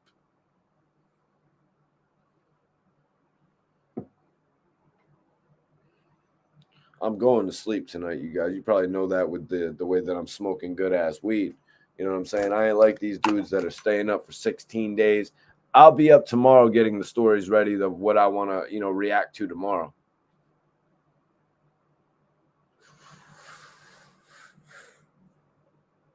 But one thing I'm going to do is get the proper amount of sleep. I'm going to wake up. I'm going to eat right. I'm going to make sure I get everything in line for the day. And then I'm going to come on here and we're going to interact and we're going to make history. So make sure that you're subscribed to the channel. Make sure you hit that notification bell. So anytime I go live, it sends a direct message to your phone like, yo, Mikey T is talking about some crazy shit. And you got to get in there and interact with him. It'd be crazy. It'd be informative. You know what I mean? It'd be crazy. It'd be informative. You know what I mean? Or it'd just be some straight up news of what's going on in the hip hop community. Or we can dip back into some old history. You know what I'm saying? Like I've been doing for the last couple days. Don't hate on me because I know the history. Some dudes is like, yo, Mikey T. Yo, Mikey T. Why are you talking about the history? My response to that, why don't you know about the history? You can't come into the chat and talk with us about the history? That's one thing right there, you guys. We can come on here at least once, twice a week and talk about shit from the past. It's something I haven't really done so much. Discuss things from the past. It's something we got to do, man. We got to remember what we've been through. We got to remember what we've seen so we know where we're going. It's one of the most popular sayings. You know what I mean? So if we don't understand what has happened before us, if we don't come to an understanding about it together, how can we even move forward to discuss the current topics? That's what we're going to do here, you guys. So we're all going to be informed together. We're all going to be informed together. We're all going to keep this shit going. Waist Deep was okay. Hold on. Waist Deep. Hold on. Now somebody had me confused because they were saying earlier Street Kings with Forrest Whitaker and Keanu Reeves. Waist Deep and Street Kings are two totally different movies. Two totally different movies. Now I'm like so confused. All right. Tyrese was in Waist Deep. Tyrese was in Waist Deep. Somebody help me reformulate because now my brain is just all messed up because someone had me thinking from a comment earlier that Big Meat was in Street Kings. But yeah, let's get this understanding. Who was Tyrese acting with in Waist Deep? I'm trying to remember this. Now I gotta my whole memory has been thrown off. Let me put the weed down for a second. Let me look this up. Waist Deep. Waist Deep. Now I'm totally thrown off and I cannot end the stream. It was made in 2006, which is cool because the Games album actually came out. The Games album actually came out in 2006 of November, The Doctor's Advocate. So it had Tyrese, Megan Good, Lorenz Tate. Yeah, it didn't really have that many people in it. And then Street Kings wiki. Let's take a look. I'm going to have to say the only actor that would both be in there. That actually had Keanu Reeves, Forrest Whitaker, and Chris Evans, Common, and The Game. Wow, that's crazy. Who did The Game play in this?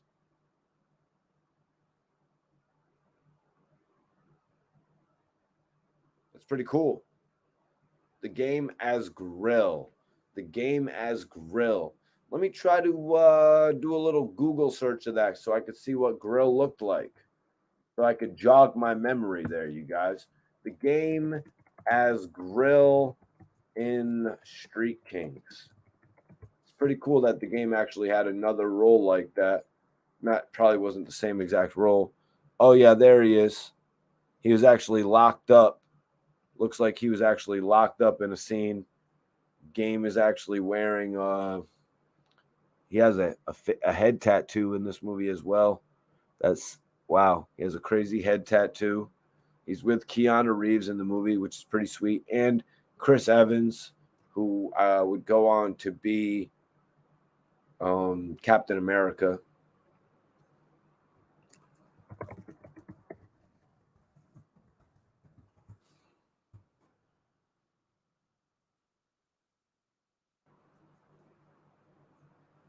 Yeah, so that's pretty cool, man.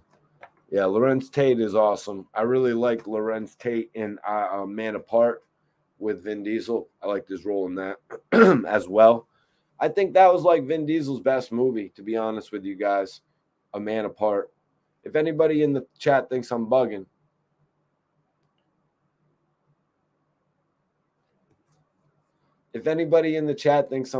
let me know what you think. I feel like Man Apart was Vin Diesel's best movie. That's going to be my last question for all y'all. Y'all think I'm bugging? Am I bugging, or was A Man Apart Vin Diesel's best movie? Just my opinion, but am I bugging? Let me know.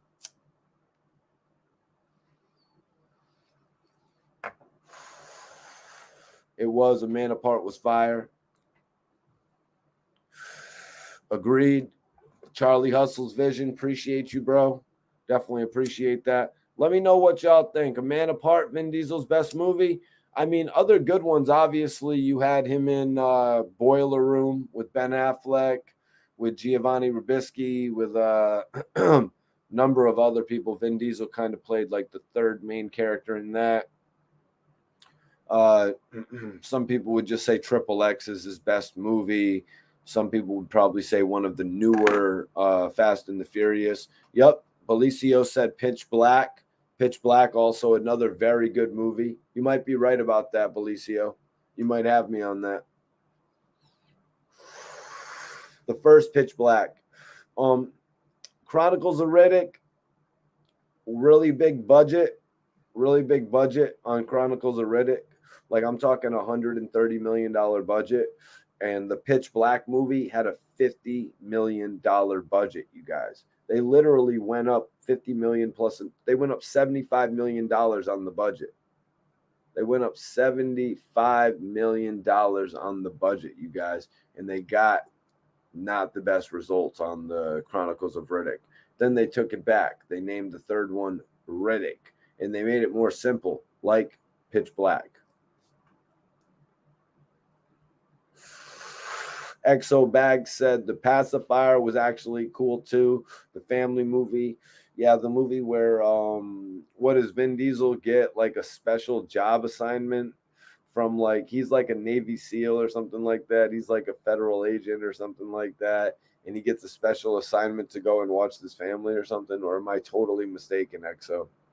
Because I didn't really watch that so much. Pitch Black, yeah, I think you guys might have me on that. Pitch Black was a little bit better. But the story of A Man Apart was just so gripping. Let's put it up in a poll. We're going to have to do a poll on this, you guys. We're going to have to do a poll on this. So let me know what you think should be the 4 Vin Diesel movies that I put up. We're going to go Pitch Black, A Man Apart, probably Fast and Furious. And should we go The Pacifier or something? Should we go like something a little bit lighthearted? Let me know if I'm bugging in the chat. Tell me if I'm bugging or what's your thoughts.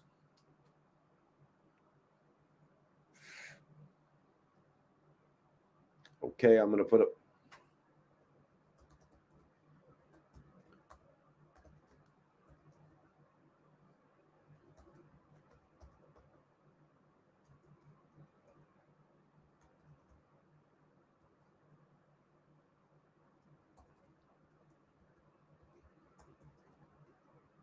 Should we go Triple X?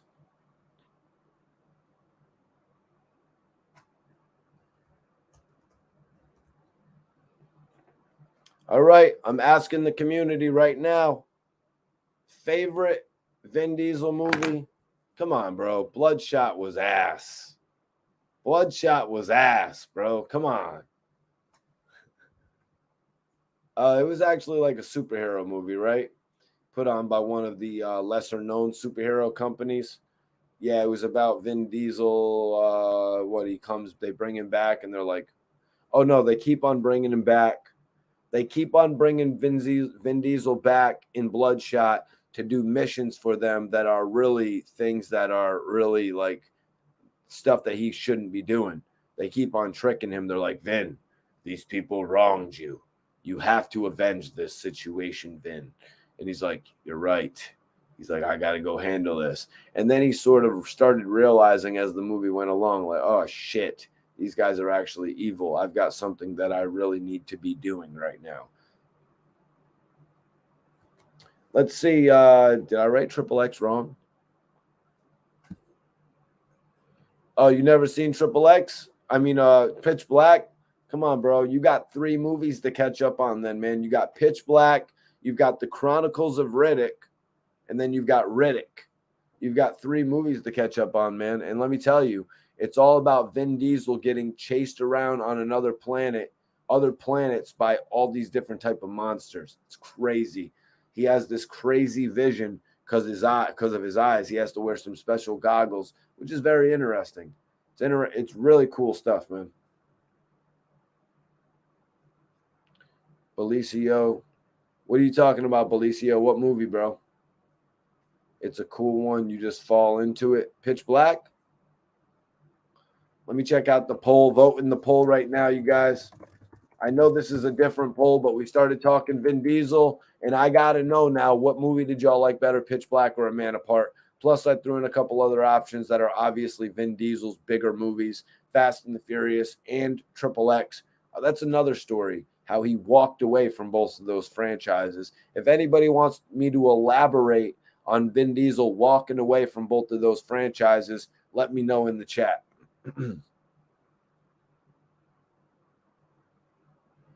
All right, so right now, Pitch Black actually has 43%, and that's followed by A Man Apart and The Fast and the Furious, both having 25%. Oh, wow. So 50% for Pitch Black right now, and 25% for The Fast and the Furious and A Man Apart. So it looks like Pitch Black is the movie that's favored, but we only have 8 votes. So y'all can vote in the poll right now. Y'all can vote in the poll right now unless you guys just think I'm bugging. And you're like, yo, Mikey T, why are you talking about Vin Diesel?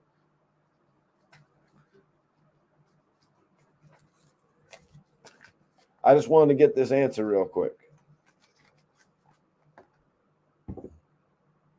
Had to get this answer real quick. And I really appreciate everybody for tapping in on tonight's stream. All right. It looks like people are saying their favorite joint.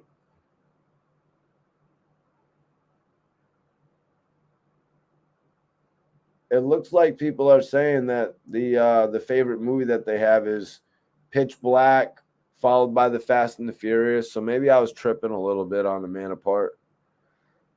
Y'all know sometimes I'd be making statements that I mean, come on, guys.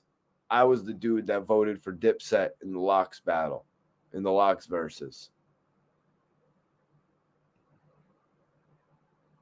All right, I'm going to end the poll right now so y'all can vote in it. I'm going to give you guys 30 more seconds to vote in the poll. Y'all got 30 seconds to vote in the poll. I'm going to end that shit. So if you want to affect the poll right now, Pitch Black is in the lead with 55%. The Fast and the Furious is number 2 with 27%. And A Man Apart has 18%. Triple X has 0% for some reason.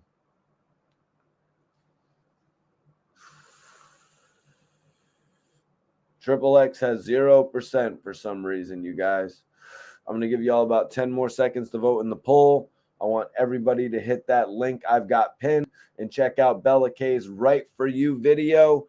Everybody that checks that out and drops a comment or just checks out the video, I will follow back on Instagram. You can follow me right here and send me a screenshot of you checking out the video, and I will follow you back.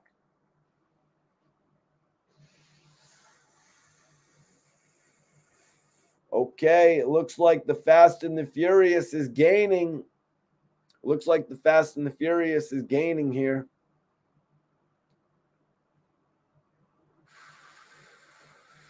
Last poll of the night, you guys.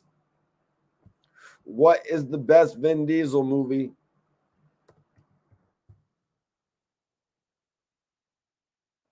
I want to know what everyone has to say, man. I really do. Because I was really thinking the best movie was A Man Apart, to be 100% honest with you guys. But I guess I was wrong.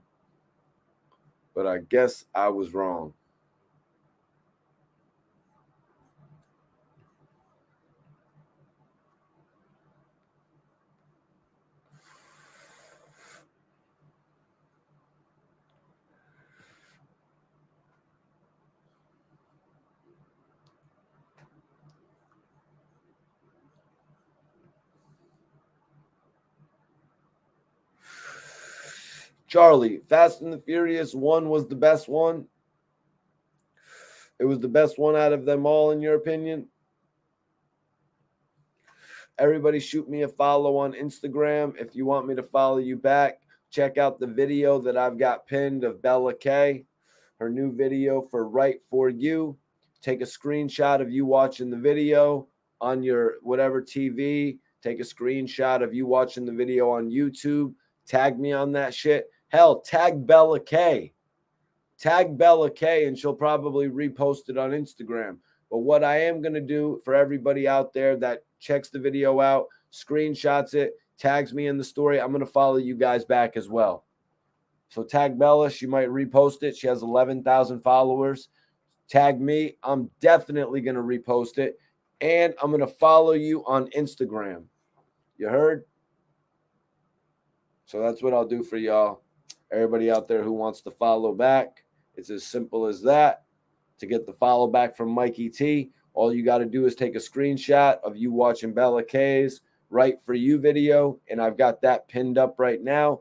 Tag me in your Instagram story, tag Bella as well, and I'll repost it and follow you back. Bonus though, Bella might even repost it to 11,000 plus followers. The official lobby girl.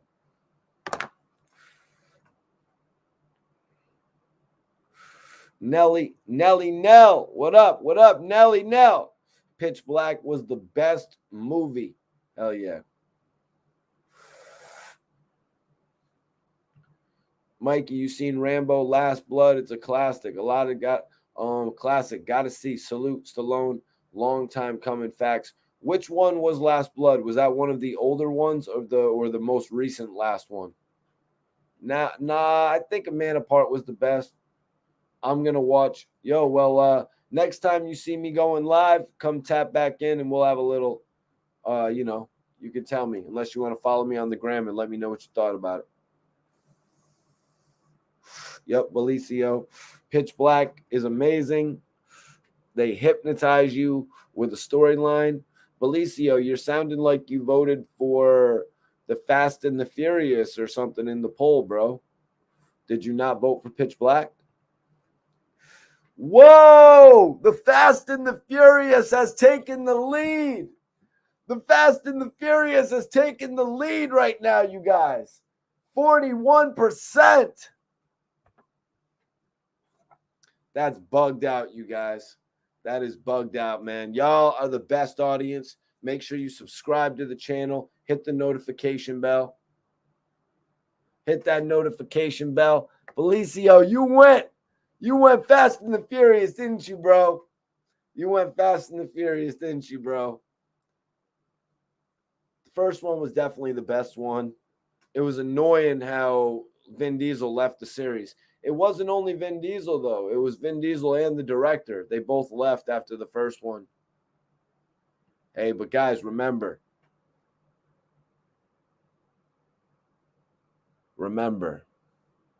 it doesn't matter if you win by an inch or a mile. Remember that.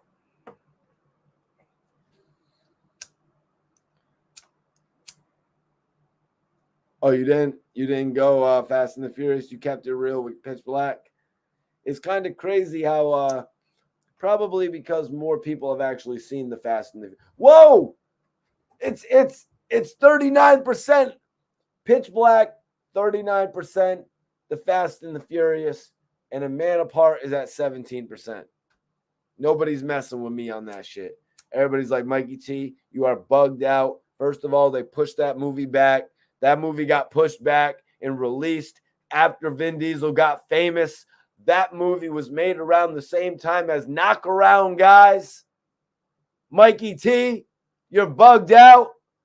Vin Diesel had bigger fish to fry. I don't know if a lot of you guys knew that. But I mean, guys, I study this shit that I talk about. I talk about what interests me. You know what I mean? I talk about things that I have a knowledge of, man. I don't just come on here like that's what I hope all people that do their podcast do. You talk about things you know about. You know what I mean?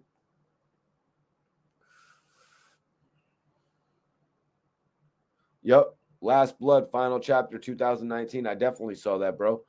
I even saw the one that they had filmed before that as well. I keep up to date with that stuff, man. One of them actually I saw in theaters, and it was like, damn, this shit. Stallone goes in. Why? Because he was putting his best foot forward with that shit. Maybe some of the other ones that he made in the 2000s and shit, the later 2000s, weren't the best. But in some situations, he really put his best foot forward. Another situation, he got to work with Arnold Schwarzenegger on the Escape. What was it called? No Escape or something like that. 50 Cent was actually in the movie as well. Arnold actually left the series. They brought in Batista. They kept 50 Cent. You know what I'm saying? Stallone was trying to make it work. yeah, shit was pretty cool. Shit's pretty cool, you know. Not gonna sit here and say Stallone's my favorite, but I mean I respect what he did, especially in 2019 in that one. I don't know about going back and watching it again. Oh man, that's done. Damn it. Wish I could. It's all good. It's all good. All right, let me check out this poll. All right, Pitch Black is back in the number one spot. Pitch Black, 38%. A Man Apart, 24%. The Fast and the Furious, 33%. And Triple X, 5%. Wow, the things I'm going to do for my chat room. Don't you guys remember that classic Vin Diesel line when he said, the things I'm going to do for my country. The things I'm going to do for my country. Triple X was like Vin Diesel playing the new age, the new era James Bond. You know what I mean? Escape Plan Expendables. Yeah, there was a few sequels, man. It was like, really, bro? Come on, stop it, man. Stop it, 5. It's like, stop it, 5, man. But, yo, I appreciate y'all for tapping in on the live show tonight. I'm going to end the poll right now. It looks like Pitch Black is number 1. I'm ending the poll, so if you haven't voted, this is your last 10 seconds to vote. No, I did not sound like him. I should have one of my guys come on here and actually do a Vin Diesel impression. One of my boys and shit, one of my G's and shit, come on here and do an impression of Vin Diesel. He was actually one of the biggest Vin Diesel guys back in the day and shit. He messed with Jason Statham as well, though. You know, he never undersold Jason Statham, and look how much of a star Jason Statham has become. So, yeah, my boy was actually into action films, like heavy action films, a lot more than me back in the day. You know, I was more into the horror films. I was more into the thriller films. I like pretty much a lot. I just wasn't so much about all that, you know, me fighting for no reason. But I like John Wick. Don't get me wrong, but some of those scenes where Keanu Reeves is just beating people up one after another is just a little bit too much. Hell yeah, happy 4th of July, man. Happy 4th of July. It looks like Pitch Black. Oh, damn. We need somebody else to vote in the poll because Pitch Black is tied with the Fast and the Furious at 36%. So we need somebody to break that tie right now before we get out of here. Vote in the poll right now. We need somebody to break the tie. I need somebody to break that tie right now, y'all. Pitch Black is 36%. The Fast and the Furious, 36%. A Man Apart, 23%. Triple X, where Vin Diesel played Xander Cage, if anybody doesn't know. Seems like a lot of you guys might have forgot about that or something. He plays Xander Cage. He's like a sports guy. He's like an extreme sports guy. He did all types of crazy shit in the crazy stunts in the movie. It seems like everybody forgot about it. Honestly. Nah. You sound just like him, Mikey T. All right, you guys. I'm about to get out of here, man.